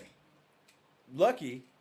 I think it's idiotic that he got one game. I think it's the dumbest move that the NBA's made. Clearly, you're setting a precedent where a guy who's supposed to be he's supposed to be an ambassador for the league. He's supposed to be a guy that these young players are coming into the league and are going to look up to. Yeah. And he's getting frustrated and throwing high elbows, causing, gashes on players' eyes. And then what the most annoying thing is that everybody got in between them. I think they should just let him go at it. Apologize to him. Let Stewart go at LeBron. LeBron is last time I checked, he's one of the most physically fit people on the planet. But LeBron is not a fighter though. LeBron has never been a fighter. LeBron's a lover, not a fighter. He might tell you different. Well, then you shouldn't. He's a big dude, but LeBron, if you really you shouldn't throw and that's not to cast any aspersions on LeBron or talk negative on. I mean. You can look at that as maturity, or he backed away. But LeBron, now, of course, 6'8", 260. I mean, you ain't going to go pick a fight with LeBron. But LeBron has never came across as a guy that's really looking for a fight, But so LeBron threw that elbow. He threw that elbow. He was frustrated at that time. But he did apologize to him immediately. But I can understand that Stewart's side of it again. I mean, he did escalate the situation, but you put yourself in his shoes in that moment. He's not thinking logically like that. I mean, he's in a different zone right then. To me, that whole scenario was a microcosm of what the Los Angeles Lakers really are, which is a team, like we've mentioned before, where you try to just throw a bunch of stuff. They're a goulash. You just throw a bunch of things together and hope that it comes out and it tastes good. And right now, it's not tasting very good. And then the most pathetic thing about the whole thing, Greg, real quick, the most pathetic thing about the whole thing is after that, the team want to talk about, we really got motivated once Bron went out. Yeah. You're telling me you had to get motivated by LeBron James going out so that you could beat the 4-12 Pistons? Right. You needed LeBron James to assault a 21-year-old young man, and get ejected from the game so that you could muster up enough strength to beat the 4-12 Pistons? Are you freaking kidding me? There's something wrong. There's something real foul in L.A. going on with the Lakers. I don't really want to overreact to L.A. right this fast because Anthony Davis has been playing well. I mean, you really need Anthony Davis to stay healthy. Hey, you know what the best part about that whole ordeal was? Making the right moves, and you have Horton Tucker. He's playing some good basketball right now. And if Westbrook can cut back on the turnovers, but still be Russell Westbrook, bring that relentless energy. But the thing about it is they haven't been playing the defense that you want, and that comes from the motivation, like you said. Now, it's early on this season. Of course, LeBron was out, and the Lakers are a team. They're a veteran team who probably thinks, because of LeBron's attitude, who probably thinks, hey, all we got to do is stay healthy, and we can make it. As long as we stay together and stay healthy, gel at least just enough before the playoffs, but go into the playoffs healthy, we can beat anybody.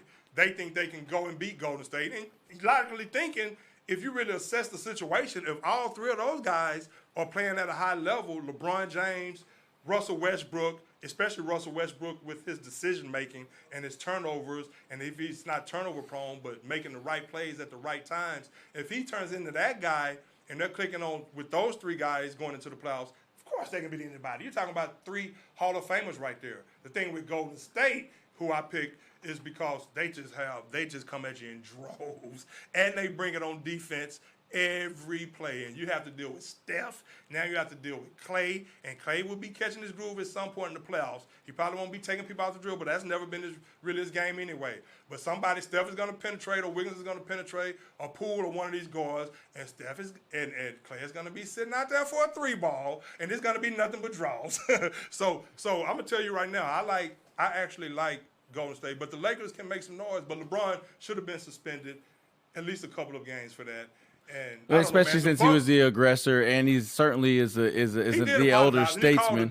Yeah, forget that apology. Like I said, I really think that it goes to show like some of the deficiencies for the Lakers as far as where their mindset might be. Because you think about it's early in the season. It is early in the season, but still you think about competitors and champions and how they conduct themselves on the court. You don't see Steph Curry. You don't see Steph Curry getting into stuff like this.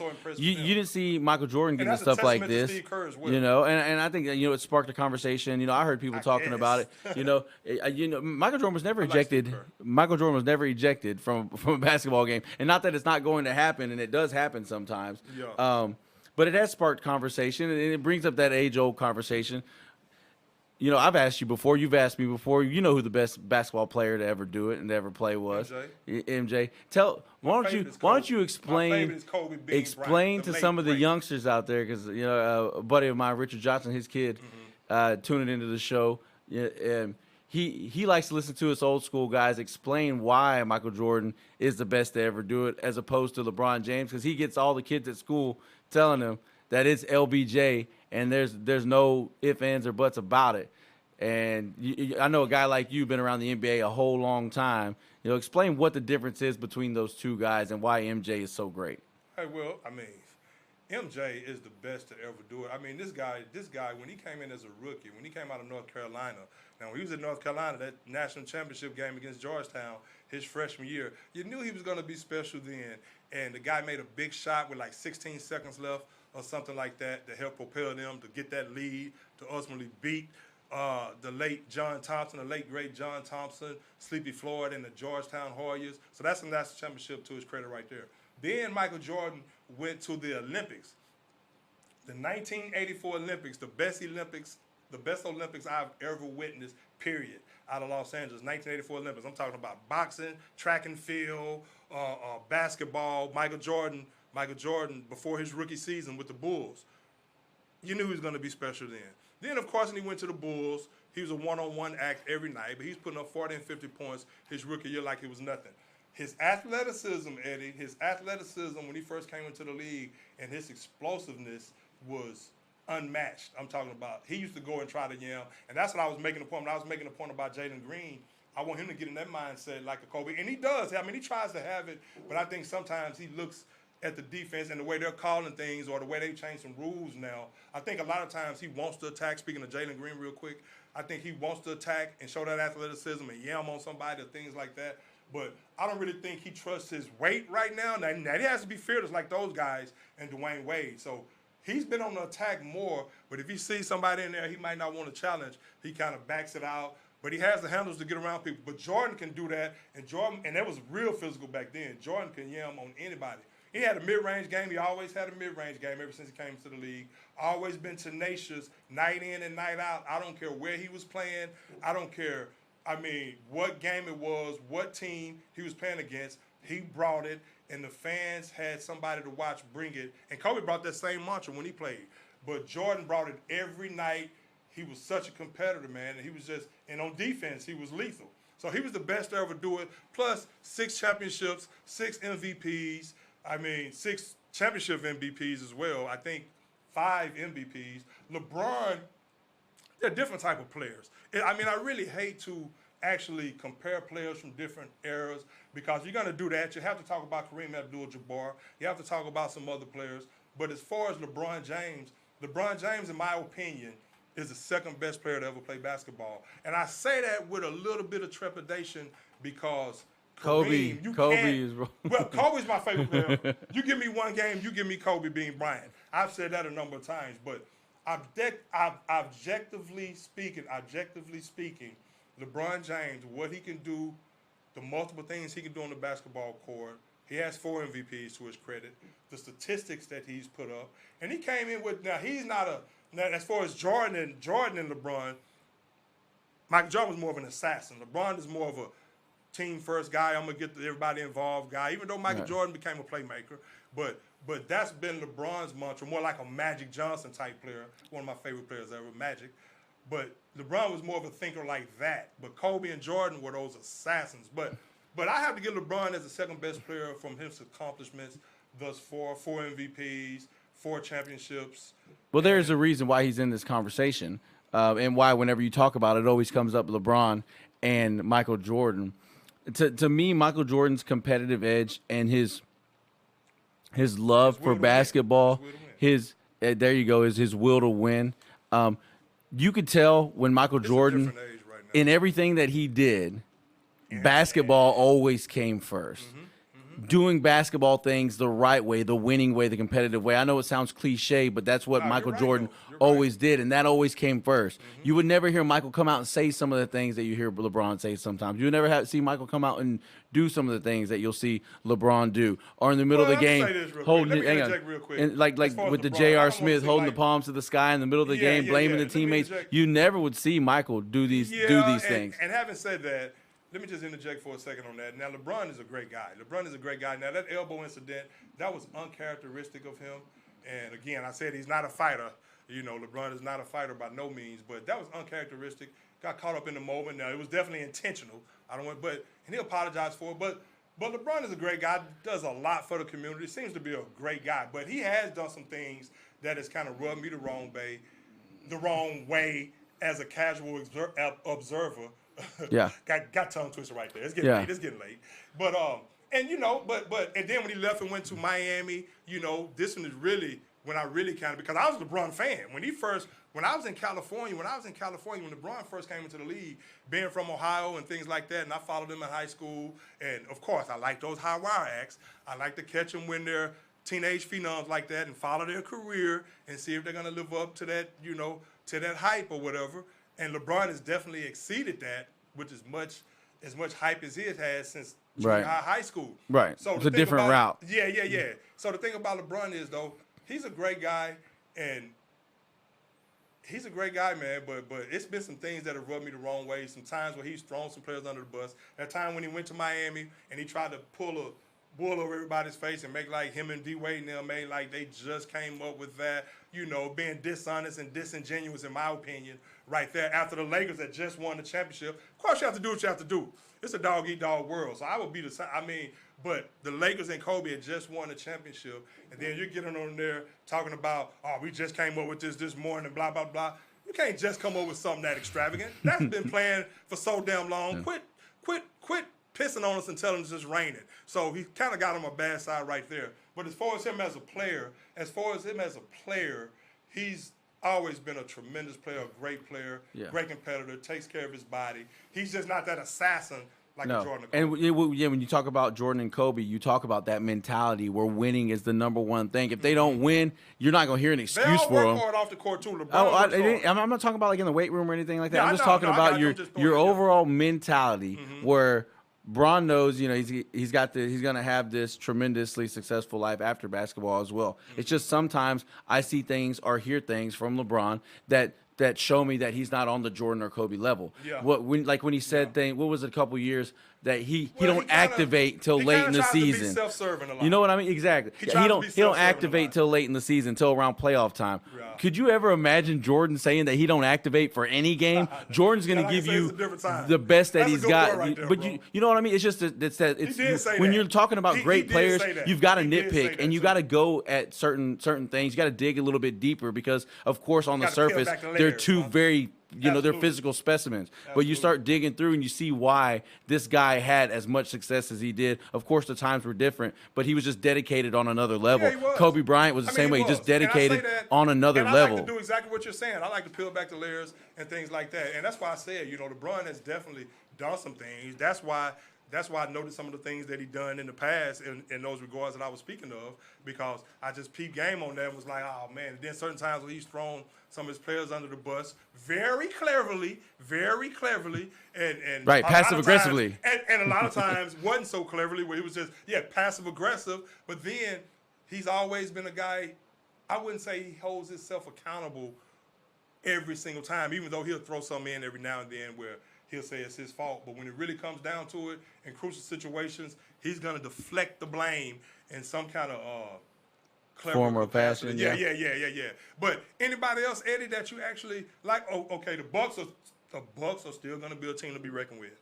The Bucks is still my team in the East. I'm going to tell you right now. With Giannis Antetokounmpo, Giannis playing like he's playing. Now, you said that you would take him. That's your guy right now. I said Luka. Luka has to get healthy, and he has to be in better shape. But he's just a big, thick guy like that. Like the character Jerome said on One Back the other day when he was talking to Cole. You better get out of here before you get your little thick ass tossed up. But no, man. Who was I talking about? Giannis. Giannis and the Bucks. Giannis and the Bucks and Luka. Luka getting his thick ass tossed up. But Giannis, man, Eddie, I really like Giannis, bro. When you said that Giannis was your guy that you would take, and I'm starting to agree with you. Giannis right now, man, because what he brings on the defensive side of the ball. But I think he's going to make the Bucks dominant again with some players. You have Bobby Portis. You have Grayson Allen, who's not going to be a star, but he's going to give you the dirty work. He can be another playmaker. He can get high from three. I like his attitude. I've always liked his attitude since Duke. I like Grayson Allen, and I think he's only going to get better. He's a streaky type shooter, but he's gritty and he's grimy, and I like that. I like that about Grayson Allen. But, of course, you have other players, Middleton. And, hey, the Bucks are a team to be reckoned with. Without a doubt. I mean, is the catalyst to that. You're right. You've got the guy who I think is probably the best player in the league, aside from Steph Curry. The way Curry's performing right now, he's performing out of his mind. But consistently, what you're getting on both ends from Giannis Antetokounmpo is unmatched, and they're gonna bolt right up to the top. It's setting itself up for a Brooklyn Milwaukee showdown. I could see that. Coming to fruition. I can see that too. I'd like the Bulls. You're right. I like the Bulls a lot. Get Kyrie, I say the Bucks. I shouldn't have said it with that much conviction. Well, I say everything with conviction, but I forgot about the prospects of Kyrie coming back. That would make it interesting with the Nets. But the Bucks, hey man, the way Giannis is playing, Giannis